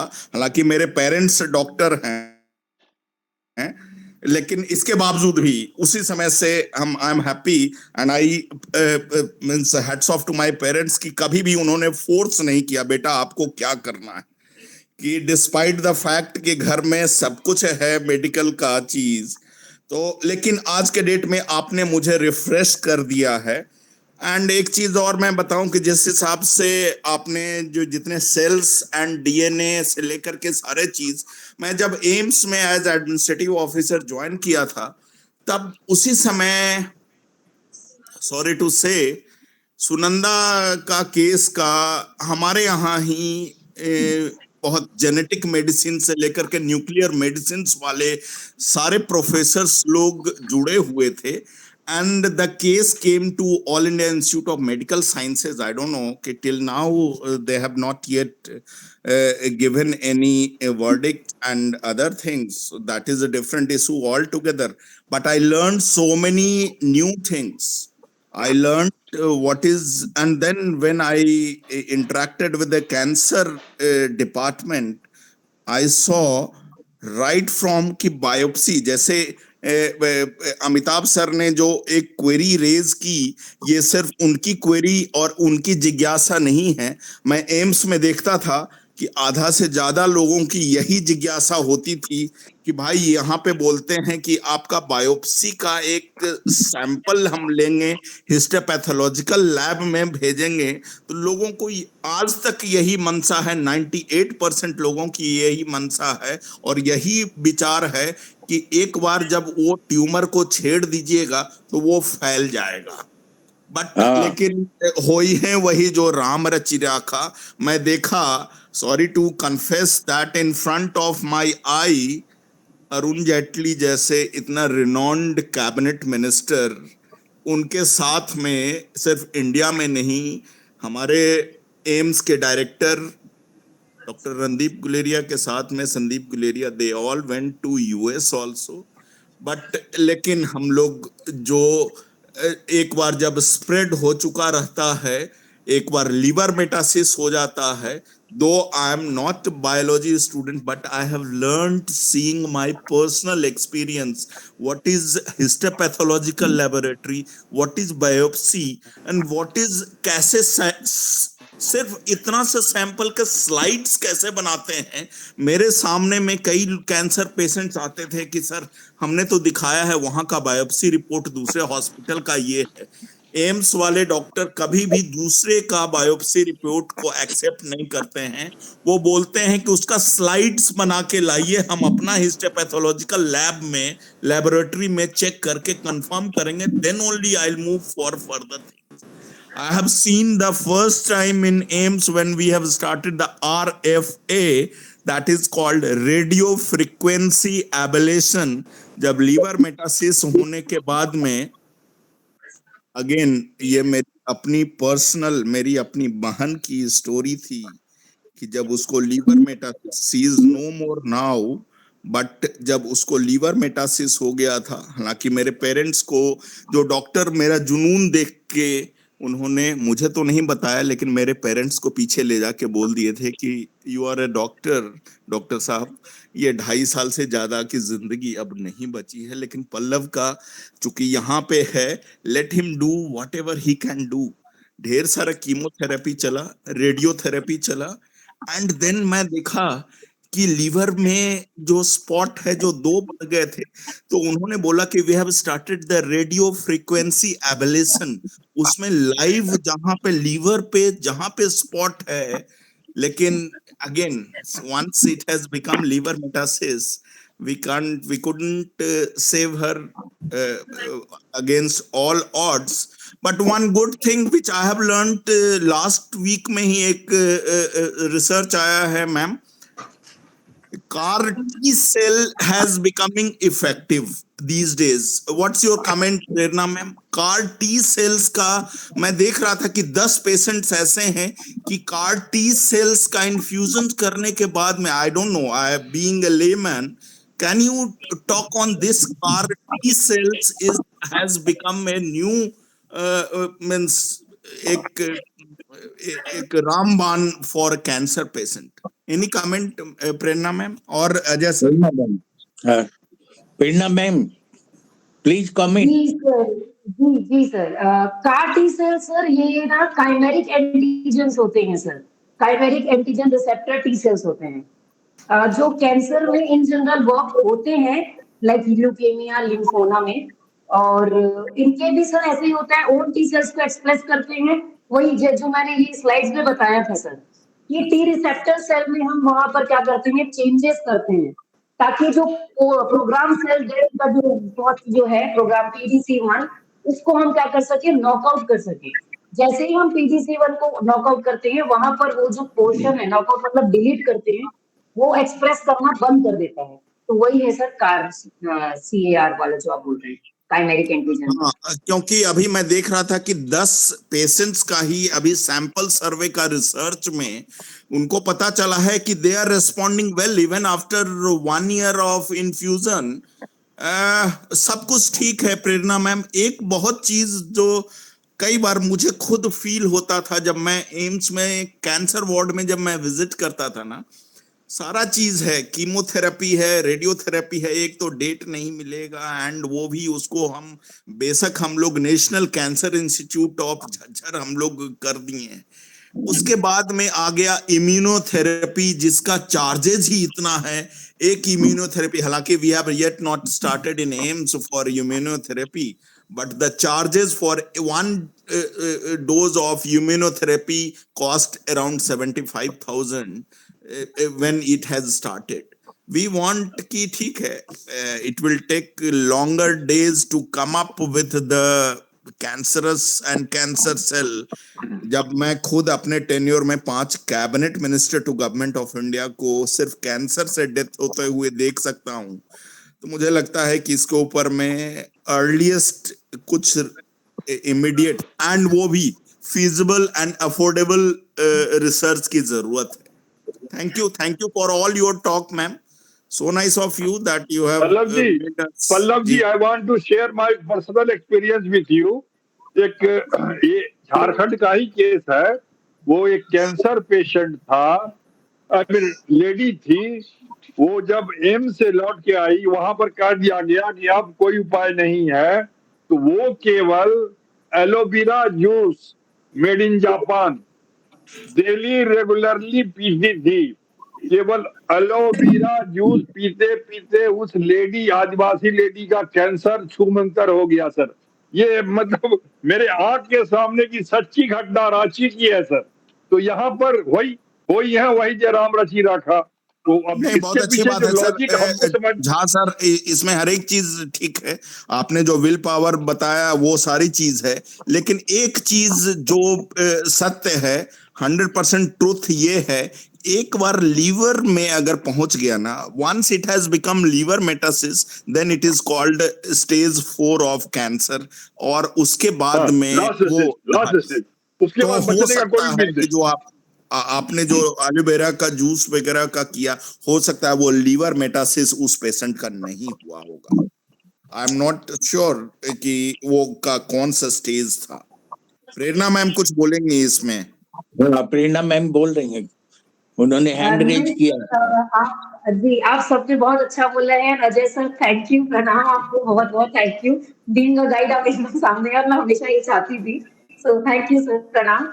एंड हाँ सर, नागेश सर ने जैसा बोला, सर चीजें एक से काम नहीं करती हैं, बहुत सारी चीजें एक साथ वर्क करती हैं। प्लांट को अगर सिर्फ हम सन का जो लाइट है उतना ही दे और पानी ना दे, तो वो नहीं जी सकेगा। तो मतलब हर चीज के लिए बहुत सारे फैक्टर्स मैटर करते हैं। जैसे अजय सर ने बताया, हर चीज के लिए एक फैक्टर मैटर नहीं करते। अगर हम क्रिस्पर पर काम कर रहे हैं, उसको खाना नहीं दे, उसको दवाई नहीं दे रहे, उसको कुछ और नहीं कर रहे हैं, तो वो मैटर नहीं करेगा। हर चीज के लिए 3-4 फैक्टर वर्क करना चाहिए। जैसे अजय सर ने बताया, जैसे आपने क्वेश्चन पूछा इंटेलिजेंट बेबीज का, फैक्टर्स मैटर करेंगे। अभी भी अगर इंडिया में क्या कहीं पर भी मदर 9 मंथ जो प्रेगनेंसी पीरियड होता है, उसमें ध्यान करे, मेडिटेट करे और अच्छी किताबें पढ़े और उसको जो बच्चों को बनाना है वही पढ़े, तो फॉर श्योर वो नॉलेज बच्चे में आएगा ही आएगा। क्यों? क्योंकि हम उसको अभी से ध्यान दे रहे हैं, उस चीज पर दे रहे हैं। इसीलिए हमारे पहले बोलते थे कि टीवी मत देखो, मोबाइल मत चलाओ, भगवान का नाम लो। क्यों बोलते थे? यही रीजन था कि हमको उसको उस डायरेक्शन में आगे वाले को देना है। और सर क्रिस्पर का पल्ला, सर सही बोल रहे हैं आप। कार एक है CAR, जो काइमेरिक एंटीजन है टी सेल का, जो क्या करेगा, हमारा जो पेशेंट का जो टी सेल है उसी को लेके हम उसको साइटोटॉक्सिक बना रहे हैं, ताकि वो क्या करे, धीरे धीरे कैंसर सेल्स को डिलीट कर दे या खत्म कर दे। तो ऐसा ही है सर। और मैं सबको प्रणाम बोलूंगी। Thank you Ajay sir, thank you Amitabh sir, thank you sir chief guest sir, सबको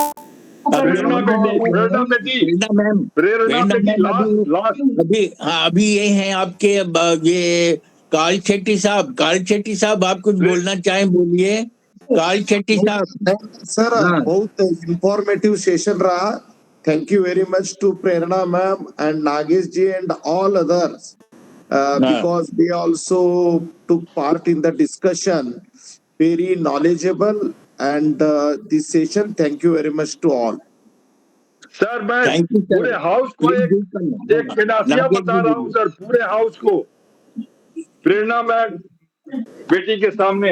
एक्चुअली मैं जब शनि महाराज के मंदिर में गया था, तो हमें एक किताब मिली थी, उसमें शनि महाराज का 12 नाम है सर। यदि कोई आपको कोई भी शारीरिक कष्ट हो या कोई बीमारी हो, तो शनि महाराज का 12 नाम मैं अखौरी सर को भी प्रॉमिस किया था, मैं खोज रहा हूँ, लेकिन हमें याद है, इसीलिए जो मेमोरी में मैं सुना सकता हूँ। आप जब कोई कष्ट हो, सबसे सिंपल मंत्र तो यही है, ओम सम शनिश्चराय नमः। और वैसे जो 12 नाम शनि महाराज का आप याद कीजिएगा सर, तो बस वो रोग आपको अपने आप, मैं इसको आजमाया हुआ मेरा है सर। जो अखौरी सर को पर्सनल कुछ इश्यू है, मैं पब्लिकली नहीं बोलूंगा, हमको कभी कभी होता है तो मैं वही करता हूँ। अखौरी सर को प्रॉमिस किया हूँ, मैं वो रिटन फॉर्म में खोज रहा हूँ अपने घर में। यदि शनि महाराज भगवान की इच्छा होगी तो मिल जाएगा, तो मैं सबको शेयर करूंगा। कोई बीमारी हो, कितनी भी हो, शनि महाराज का 12 नाम का एक श्लोक है, मैं पढ़ के सुना दे रहा हूँ, मेरी मेमोरी में है, मैं वो जपता हूँ, जरा सुन लिया जाए। ओम सम शनिश्चराय नमः। ये तो हो गया। ये ओम शनैश्वर सुधाकारी छाया भूसुर नंदना मारदंड जो यमः सौरी पंगुश्च ग्रह नायक ब्रह्मण्यो अक्रूर धर्मज्ञो नीलवर्णो अंजन द्युति। इसमें 12 नाम शनि भगवान का है सर। मैं इसको बहुत सच्चे दिल से कह रहा हूँ, शनि भगवान की तारीफ में कह रहा हूँ। ये जाप कीजिएगा सर तो सारी बीमारी दूर हो जाती है। Thank you, thank you, thank you. Nagesh ji एक चीज और हम पूछना चाहते हैं प्रेरणा जी से भी, और हमारे चंद्रेश्वर खान साहब और प्रसाद साहब ऐसे लोग हैं, ये काल शेट्टी साहब, हमने किताब में पढ़ा है कि एक भक्त को कैंसर हो गया और वो कैंसर से छटपटा रहा था, और उसके कैंसर को दूर करने के लिए रामकृष्ण परमहंस ने उसकी पीड़ा ले ली थी, और रामकृष्ण परमहंस और उसी कैंसर की पीड़ा से अपने शरीर को त्याग दिए। तो क्या इसमें कितनी सच्चाई है? क्या ऐसा भी होता है?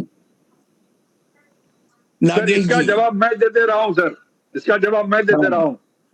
दरभंगा जिला में जो मेरा नेटिव विलेज है कसरौर गांव, वहां पर हमारी कुल देवी है ज्वालामुखी।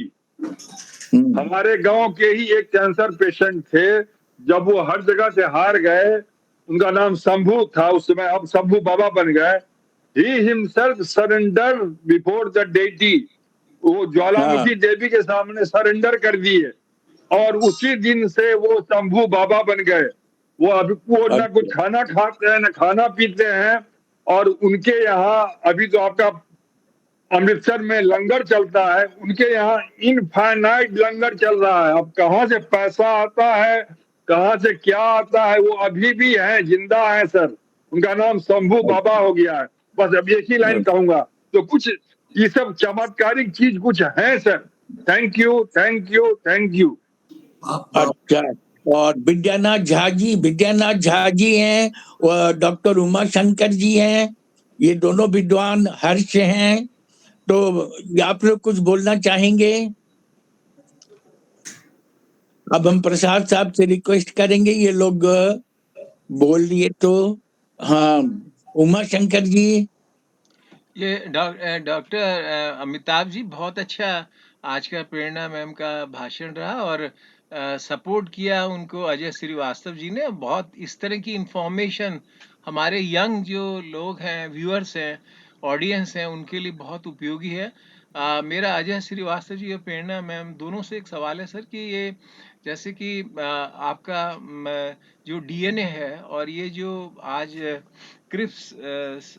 क्रिस्पर्स पे जो बात हुई, इसमें ये बताया कि this is sort of gene therapy, बहुत अच्छा है, और ये रिसर्च अभी प्रारंभिक फेज में है, और प्रारंभिक फेज में है ये रिसर्च। और क्या ये जो अभी हमारा वुहान में जो कहते हैं कि कोविड वायरस निकला, तो क्या ये किस पर उससे भी रिलेटेड है साइंस क्या, या this is only for gene therapy? Prerna ma'am ji sir, हाँ बताइए। सर कोविड में वैक्सीन बनाने के समय तो ये काम नहीं आया था, सबके अच्छा पर अच्छा ट्रीटमेंट नहीं हुआ था सर। अच्छा अच्छा नहीं, जैसे उसमें तो हमने ये सिंथेसाइज जी हुआ जी ये वायरस, हाँ कहते हैं कि म्यूटेशन कुछ सिंथेटिक वायरस था, ये कहते हैं लोग, अभी कंफर्म नहीं है। तो क्या सिंथेटिक वायरस भी जब इस तरह से तैयार किए जा सकते हैं थ्रू जी क्रिस्पर्स? सर, जैसे जी जी सर, अजय सर ने जैसे बोला, ये अगर ह्यूमन बेबीज बनेंगे तो ह्यूमन बेटर क्या बोलते हैं, सुपर ह्यूमन बनेंगे तो सुपर पैथोजन भी बनेंगे। तो इंजीनियरिंग में ये चीज है सर कि हम कर अच्छा, सकते हैं, ऐसे वायरसेस बना सकते हैं। और एट द सेम टाइम जी जी सर, प्रणाम। थैंक यू जैसे वेरी मच। जी हाँ जी सर, बहुत जैसे अच्छा आपने बॉम्ब बन आंसर रहे हैं दिया, और जी बिल्कुल आपने सही कहा कि जैसे adenosine, cytosine, guanine and thymine और यूरेसिल, वो जो प्यूरिन्स एंड पायरिमिडीन्स हैं, जिसको कि चेंजेस हम कर देते हैं, उसका सीक्वेंस डीएनए का चेंज हो जाता है। तो बहुत अच्छा आपने सरल भाषा में बताया। बहुत मैं अमिताभ जी का बहुत आभारी हूँ, अजय श्रीवास्तव जी का, मैम आपका, कि इस तरह के अगर लेक्चर्स होंगे तो नेचुरली ये बड़ा ही उपयोगी होगा हमारे यंग जनरेशन के लिए। बहुत बहुत धन्यवाद। सर बहुत मुझे भी यही लगता है कि अगर इस तरह के मतलब फायर ब्रांड और मतलब स्मार्ट टीचर्स, यंग टीचर्स जी हाँ, पैदा हो रहे हैं हाँ देश में, तो मुझे तो पूरा यकीन है कि हमारे देश का जो नई पीढ़ी है वो बहुत सुरक्षित हाथों में है। अब जब कि हम बहुत लोग बूढ़े हो रहे रियली हैं, सर, रिटायर होने रियली। जा रहे हैं, तो ऐसे में इस तरह के लोगों का होना हम लोग के लिए बहुत ही संतोष की बात है कि बहुत अच्छा, हाँ, थैंक यू सर, बहुत अच्छा। Thank you. अजय सर, और आपके जो प्रेडिसेसर थे सर, वही हमारे गुरुजी थे। एक बॉटनी के थे पांडे सर, और जूलॉजी के थे बीबी बब्रू वाहन प्रसाद सिंह, हाँ हाँ हाँ और फादर डेरिक्स। तो केला आप ही के यहाँ पढ़ा हूँ सर। बस वो हमें एक एक लाइन, एक एक चीज याद है अभी तक सर। Thank you sir. बहुत अच्छा। प्रसाद पांडे साहब, आपने पांडे सर का नाम लिया ना, तो हमारे अपॉइंटमेंट के टाइम में करीब 150 लोग इंटरव्यू दिए थे। उन्होंने कहा कि मुझे वैसे व्यक्ति को लेना है जो हमारे डिपार्टमेंट को आगे बढ़ाए, मुझे शो पीस नहीं रखना है। और अरे वाह, ये कहकर मेरा अपॉइंटमेंट हुआ था। और अरे वाह। मतलब उनका और उनका अपनी आशीर्वाद और सारे अपनी बड़ों का, स्किल भगवान और का नॉलेज आशीर्वाद अभी कि मैं तक है। उस बहुत उम्मीद पर मुझे लगता है कि मैं खरा उतरा हूँ। बहुत एंड अच्छा आज उतरे तक हैं एंड सर। आज तक Ajay sir is HOD. And आप देखेंगे पूरा कैलेंडर, आप देख लीजिएगा संजीविस कॉलेज रांची का, तो मैक्सिमम इवेंट्स एंड जो कॉन्फ्रेंसेस होता है वो सब अजय सर के द्वारा करवाया गया। Hats off to you sir, thank you sir. Thank you. अभी 5, 6, 7 अप्रैल को एक रिसर्च मेथोडोलॉजी पर कर रहे हैं वर्कशॉप, तो उसमें भी यंग बहुत लोगों बढ़िया सर, को। बहुत बढ़िया, आपसे बहुत कुछ सीखने को मिलता है सर। तो सर ओके, प्लीज हमको इनवाइट कीजिए सर, थैंक मैं I will be A listener sir. हाँ, हम लोग भी सुनना चाहेंगे सर। जब श्योर आपका सर, हाँ होगा ज्ञान। हम लोगों को भी कहिएगा, हम लोग सुनेंगे। बिल्कुल हम लोग क्योंकि शेयर करेंगे सर। मतलब हाँ, वो नॉलेज है। ऑफलाइन है, लेकिन हाँ, उसकी रिकॉर्डिंग होगी और मैं शेयर करूंगा। हाँ, बहुत अच्छा। अच्छा, प्रेरणा मैम ने रेज किया है हैंड को, बताइए प्रेरणा मैम। सर, अजय सर जैसे टीचर रहेंगे तो हम जैसे स्टूडेंट बनेंगे ही। तो थैंक यू हाँ, सर, हाँ, थैंक यू बहुत सो मच, अच्छा। प्रणाम। एंड सबको हाँ। थैंक यू, प्रणाम। और मैंने कोशिश की है, कुछ गलती हो तो उसके लिए दिल से नहीं, सॉरी। गलती कोई नहीं है। बहुत हम लोग उत्साहित हुए और बहुत हम लोग खुश हुए। अजय साहब का आशीर्वाद भी और सभी बुजुर्गों का आशीर्वाद आपको बिरला मिला। बेटी, जो हम मेहनत प्रसाद साहब करता से है उसी से बोलेंगे। गलती होती है। हाँ, प्रसाद साहब थोड़ा सा समरी कर दें, फिर चंद्रेश्वर खान साहब की अमृत वाणी सुनेंगे। डॉक्टर उमेश कुमार चले गए, बोकारो वाले, लेकिन हाँ वो भी हाँ उनका भी सुनना था। प्रसाद साहब। देखिए अमिताभ जी, सराहना के शब्द सराहना के लिए हम सबों ने मिलकर आभार प्रकट किया है प्रेरणा मैडम के लिए। बहुत एक विषय, कॉम्प्लिकेटेड क्या, बहुत ही एडवांस विषय, जिसके बारे में हम लोगों के बीच में कुछ ही लोग ऐसे हैं जो जिनको बैकग्राउंड है, अच्छी बैकग्राउंड है। मैं अपने बारे में कह सकता हूँ कि मुझे बैकग्राउंड नहीं है, और मैं ये नहीं चाहता कि जिनको बैकग्राउंड पहले से है तो उसके जगह पर एक ऐसा आदमी आ जाए और सवाल पूछने के लिए जो बेसिक सवाल को भी नहीं जानता है। जैसे मैं चाहूँगा कि अजय जी अगर अगली बार या प्रेरणा मैडम अगर फिर से हम लोग के साथ में बहुत हायर लेवल का हमको लगा, समझ में नहीं आया, लेकिन तब ये कि छोटा मोटा नॉलेज तो है कि डीएनए का स्ट्रक्चर कैसा होता है, हेलिक्स स्ट्रक्चर होता है, स्पाइरल स्ट्रक्चर होता है, 23 है, वहीं पर हमारी नॉलेज बंद हो जाती है।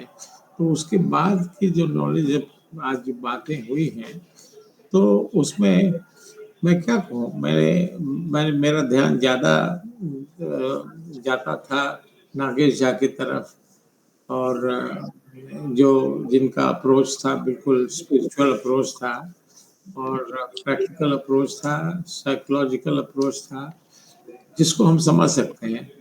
लेकिन जो टेक्नोलॉजी है, technology related to using instructions to target malignant cell, और उसमें कितने कैसे करते हैं, ये सब तो केवल अंदाज से ही हम समझ सकते हैं। वैसे अच्छा लगा, बहुत अच्छा लगा, बहुत हाई लेवल की बातें हुई।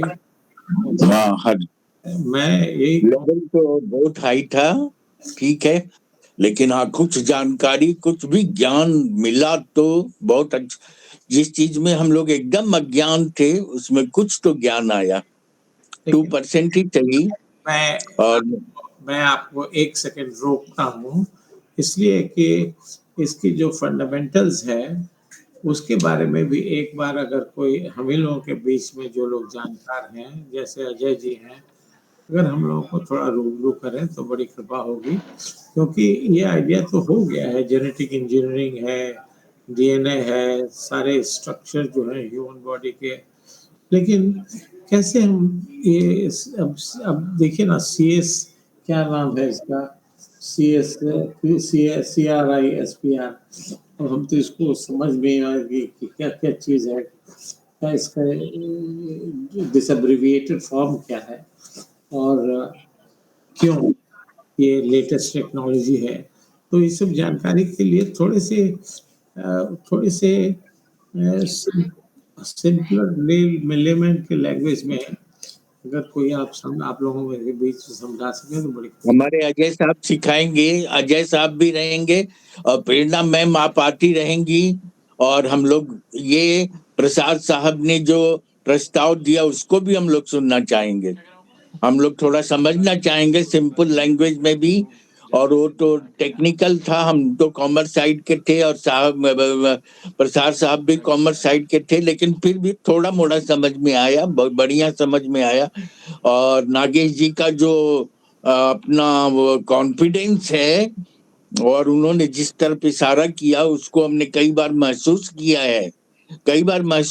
है, आपकी विश्वास में बहुत दम है और हम लोग उस विश्वास से और मैं इंटरव्यून कर रहा हूँ, सारे हम लोग हिस्ट्री के स्टूडेंट जानते हैं बाबर और हुमायूं की बात। बाबर ने हुमायूं को क्यों करने के लिए अल्लाह से मांगा कि हुमायूं की बीमारी को हमें दे दो और उसको ठीक कर दो, ऐसा ही हुआ। हाँ, ये तो पढ़ा है हम लोगों ने, हुमायूं बाबर गुजर गया और हुमायूं बच गया। ऐसे हमने बहुत से लोगों को देखा है जिनकी प्रार्थना एकदम गजब का, मतलब कैंसर क्या माने एकदम लास्ट स्टेज के लोगों को भी ठीक कर देता, हमने आंखों से देखा है। हम अपने अगले वेबिनार में उसको शेयर करेंगे, उस अनुभव को भी बताएंगे। अजय साहब से रिक्वेस्ट होगा कि प्रसाद साहब ने जो इच्छा व्यक्त की है, आप और प्रेरणा मैम मिलकर के हम लोगों का ये मार्गदर्शन करें और एक वेबिनार उस संबंध में भी करें। सर मैंने चैट बॉक्स में डॉक्टर अनीता सिन्हा का फोन नंबर दिया है। अनीता सिन्हा का, हाँ, रांची यूनिवर्सिटी में पीजी डिपार्टमेंट बायोटेक्नोलॉजी में ये असिस्टेंट प्रोफेसर है। तो इनको ये कहा कि एक प्रारंभिक बेसिक टाइप का लेक्चर ये दे सकती हैं। तो सर एक रिक्वेस्ट होगा कि उसको हमारे व्हाट्सएप में डाल दीजिएगा नंबर। आपको आपके व्हाट्सएप में डाल देंगे। हाँ, और अभी तो हम अभी उनको अभी हमारे डिपार्टमेंट में एक है यंग टीचर स्वर्णिमा झा, वो 4 तारीख को एक लेक्चर दी थी, कैंसर वर्ल्ड कैंसर डे था उस पर। उसमें बेसिक लेक्चर था उनका का, वो लेक्चर भी काम कर सकता है। लेकिन डॉक्टर अनिता सिन्हा का लेक्चर ज्यादा सही होगा, क्योंकि हम वो रिक्वेस्ट करेंगे। हाँ, क्योंकि वो काउंटर क्वेश्चंस जो आएंगे ना, वो बेटर डील कर पाएंगी। बिल्कुल, हम एकदम रिक्वेस्ट करेंगे। हम उनका अपने नंबर खान आपको दे साहब से, देते हैं। हाँ, हमको फोन नंबर दे दीजिएगा। हमारे बहुत से विद्वानों को जोड़ने में अजय साहब का बहुत बड़ा हाथ है, और ज्ञान को भी देने में आपका बहुत बड़ा हाथ है। आपको कभी हम लोग हमेशा मिस करते हैं। और ये क्या नाम है, चंद्रेश्वर खान साहब की अमृत बानी के बिना ये अधूरा रह जाएगा। हम लोग उनको सुनेंगे। हमारे वो बिमलेश जी हाँ, बिमलेश जी आप कुछ बताए नहीं। बिमलेश जी आप चंद्रेश्वर खान अपने साहब बारे में चले भी गए। बताएं, कुछ प्रश्न भी नहीं पूछा। तो मैं खान साहब से अनुरोध करूंगा कि अपने अमृत बानी से हम लोगों को आशीर्वाद दें। आप लोगों का आशीर्वाद अमृत है खान हम साहब लोगों के नहीं लिए, है, खान साहब और चले इसी की गए। वजह से ये हम लोग का ये अभियान सफल भी हो रहा है। बहुत बहुत धन्यवाद अमिताभ जी।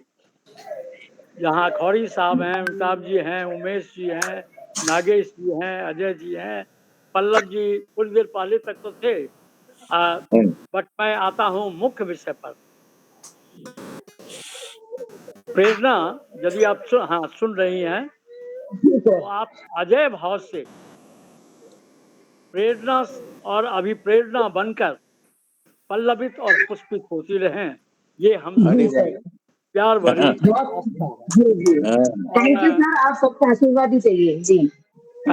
और आपने देख लिया होगा कि यहाँ जो उद्भट विद्वान मौजूद हैं, केवल मैं ये एक आग्रह कर देता हूँ, जब इस पर हम करेंगे, our professors they know why and they are fundamental, जो यूनिवर्सिटीज में है।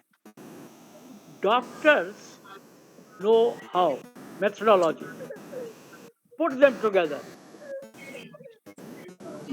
It's a difficult task, but society needs this. And I'm thanking Prerna for the fact that my wife got 2 times cancer, one in 90s, and all of you are very learned person. She has the growth in pituitary gland. Dr. Matthew Chandy, he is such a meritorious doctor कि जब वो हमको देखते थे, बोले कि आप इस दुख में भी आपके चेहरे पर मुस्कान है, इसका राज क्या है? हमने इसका राज भगवान ऊपर में, नीचे में आप जैसे लोग। So much so that in between I talked to Christian Medical College Vellore in their Senate and in their convocation. I was the speaker. मैं अपने बारे में नहीं बोल रहा हूँ। और उस समय में अभी तो समाज जो है वो मेलिग्नेंट हो गया है, वो बेनाइन है ही नहीं, वो बेनाइन नहीं है। डॉक्टर के पास में आप गए तो 90% में वो आएगा। 2 बार लोग करने की कोशिश करते हैं, और जहां है वहां यदि 2 बार हो गया तो मामला, आप सभी विद्वान हैं, समझ जाते हैं। तो ब्रेन ट्यूमर भी, मतलब पिट्यूटरी ग्लैंड में ट्यूमर होना 10 लाख में एक होता है, 10 लाख में। दूसरा उनको हो गया कान में भी रेयर है, बट डेस्टिनी था वो कान वाला, दोनों डेस्टिनी है। ऐसे में दोनों का समन्वय, साइंस, टेक्नोलॉजी एंड स्पिरिचुअल, और अच्छे अस्पताल में ये होने लगा है।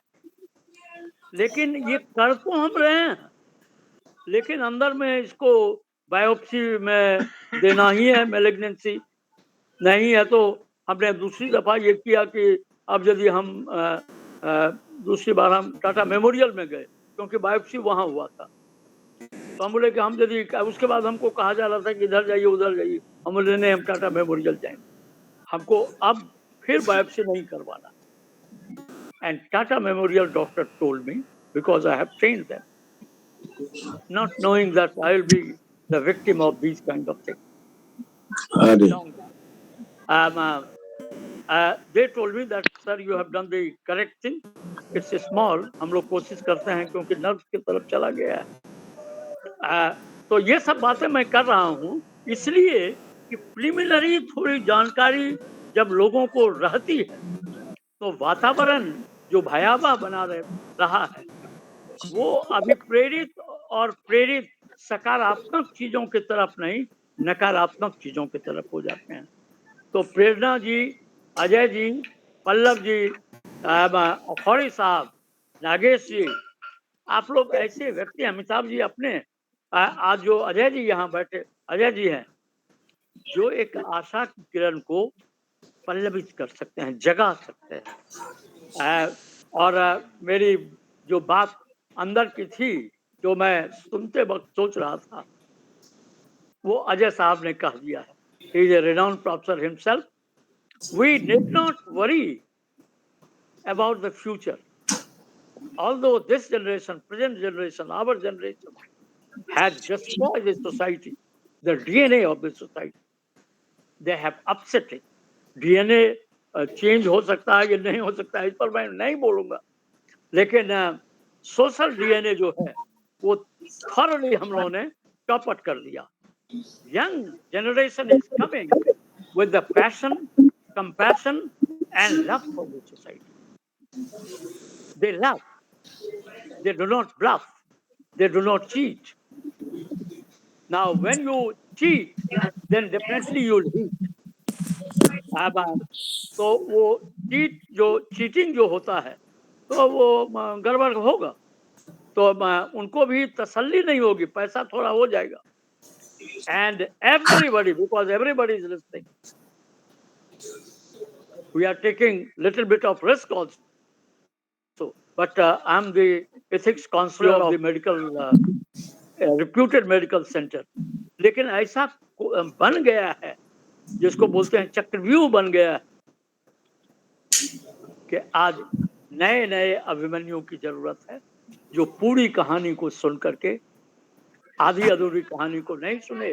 प्रेरणा उसी श्रेणी में आती है। प्रेरणा, आपने हम लोगों को प्रेरित किया, उत्साह दिखाया, और अजय जी के संपर्क में बने रहिए, पल्लव जी के संपर्क में आप हैं।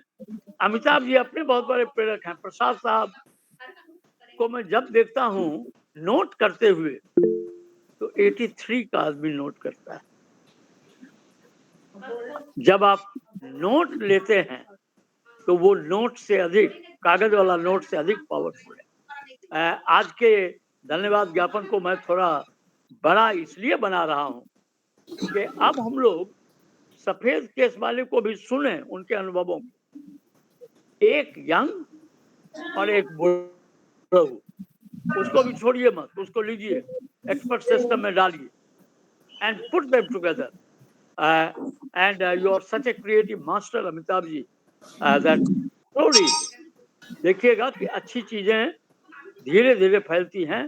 Bad news travels faster, but good things which gives the hope doesn't move much. These are the fact, but if we will try hard many good things will come. इन भावनाओं के साथ और इनमें छुपी हुई संभावनाओं के साथ प्रेरणा,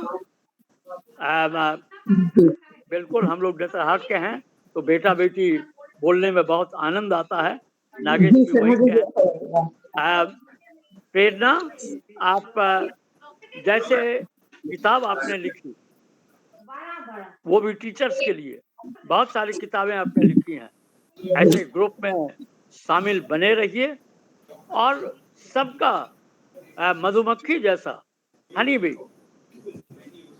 कि हनी बी विष के गाछ पर भी बैठेगा तो वो नेक्टर ले लेगा, अमृत ले लेगा, लेकिन मक्खी रसगुल्ले पर भी बैठेगी तो उसको विषाणु युक्त कर देगी। अरे वाह, अरे वाह। तो majority of the people are मक्खी, तो हम लोग मधुमक्खी मिले। और यदि कोई मारता है तो डंक मारने की भी क्षमता हम में हो, क्योंकि हम गलत चीजों के लिए डंक नहीं मारेंगे।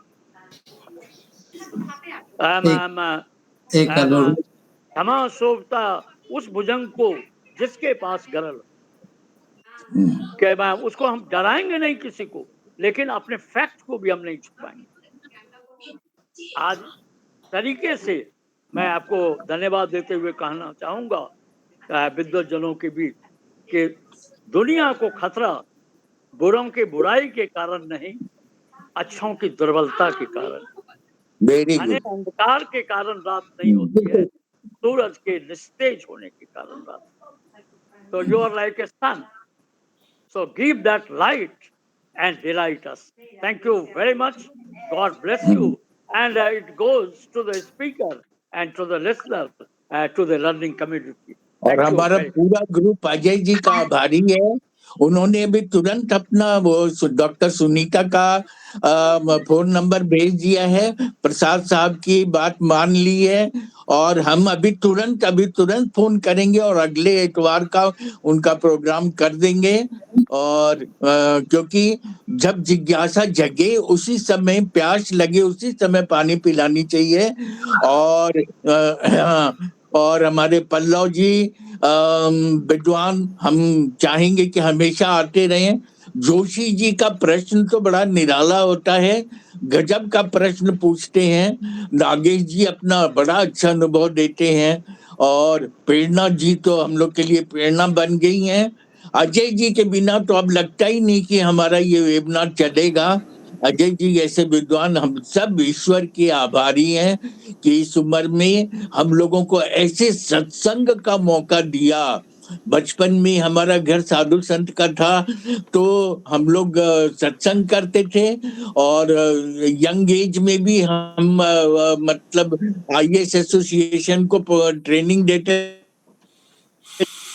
थे, और अपने सभी बड़े लोग आया करते थे। और हम यही घर में बताते हैं कि इस उम्र में अब हमको ऐसे ऐसे विद्वान मिलने लगे हैं, ये पता नहीं कहाँ से ईश्वर की, ये मेरा प्रयास नहीं है, ये सब ईश्वर का आशीर्वाद है। नागेश जी का जो मतलब विश्वास और ईश्वर के प्रति, शनि देव के प्रति, ये सब सुन करके ना बहुत सारी बातें बोलने की मन करती है, लेकिन अब अगले वेबिनार में बोलेंगे। और अगले वेबिनार में हम खूब तैयारी के साथ आएंगे। अनीता मैम से मैं अभी बात करूंगा, और देखें ईश्वर हम लोगों की मनोकामना पूरी करेंगे।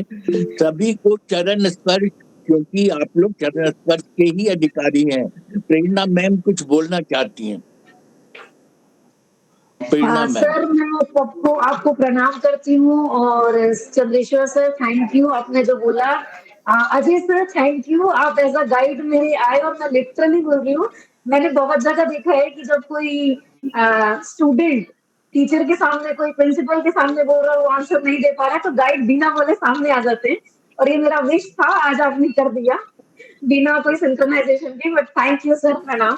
और चंद्रेश्वर सर, आपने जैसा बोला कि आप लोगों में एक्सपीरियंस है, हम लोगों में जुनून है काम करने का, तो दोनों की जरूरत तो पड़ेगी आगे बढ़ने के लिए, क्योंकि रास्ता चलना तो आप सिखाएंगे, चलना तो हमें ही है।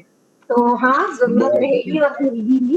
तो प्रणाम सर सबको, और गलतियों की माफी मांगती हूँ, और thank you. Sorry Amitabh ji, 12 लोग लगभग हम लोग हैं, तो तेजी से सबको बोलिए आवाज को खोल लेने के लिए, और एक साथ ओम बोले तो ओम बोले सभी कोई। हाँ, हम लोग हाँ, सभी कोई एक साथ ओम बोले। आपके पीछे पीछे हम लोग बोलेंगे।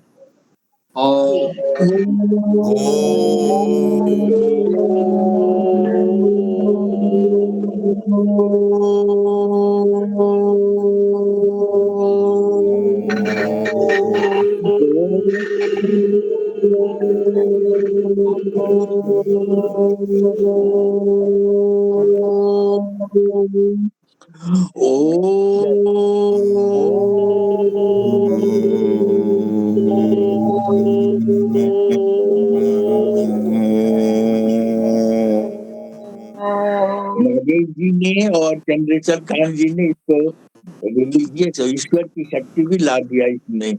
अब हम लोग का कोई कुछ बिगाड़ नहीं सकता। प्रणाम सबको, चरण स्पर्श। फिर मिलेंगे, ये याद आएगी, रात को सपना आएगा ये सब। थैंक यू सर, बहुत सभी को अच्छा लगा, प्रणाम, बहुत धन्यवाद, अच्छा। बहुत अच्छा। Thank you everyone. Joshi ji आप भी बहुत अच्छा बोलते हैं। जोशी जी का इतना थैंक यू, ज्ञान है। Thank you, thank you. सभी का ज्ञान के कंट्रीब्यूशन। भंडार है। थैंक्स सभी फिर को हम लोग बहुत बोलेंगे। बहुत। बिमलेश जी मेक यू आप बोले सक्सेस। नहीं, बिमलेश जी बोलना शुरू करिए, आपके ज्ञान को भी थोड़ा हम लोग लेंगे। ठीक है, फिर हम लोग अगली बार। और ये मालीनाथ साहब, काल शेट्टी साहब, आप आते हैं, हम लोगों का उसी से बहुत सारा उत्साह बढ़ जाता है, और आपका हम लोग को सुनेंगे भी। शेट्टी साहब, काल शेट्टी साहब, थैंक यू सर, सभी थैंक यू। को। हाँ बहुत अच्छा लगा। हाँ, thank you sir, thank you. God bless you all. प्रणाम प्रणाम, चरण स्पर्श, चरण प्रणाम जोशी साहब, विमलेश जी, विनय जी, काल सेठी साहब, आपसे मैं कल बात करूंगा। और अमिताभ जी, ओके सर, वो ओके सर। डॉक्टर साहब जो कल आए थे, उनका नंबर हमको भेज दीजिएगा। भेज देंगे, भेज देंगे, भेज देंगे, भेज देंगे। हाँ, ठीक। शनि की प्रार्थना पे भेज दीजिएगा हमारे लिए। प्रणाम प्रणाम प्रणाम।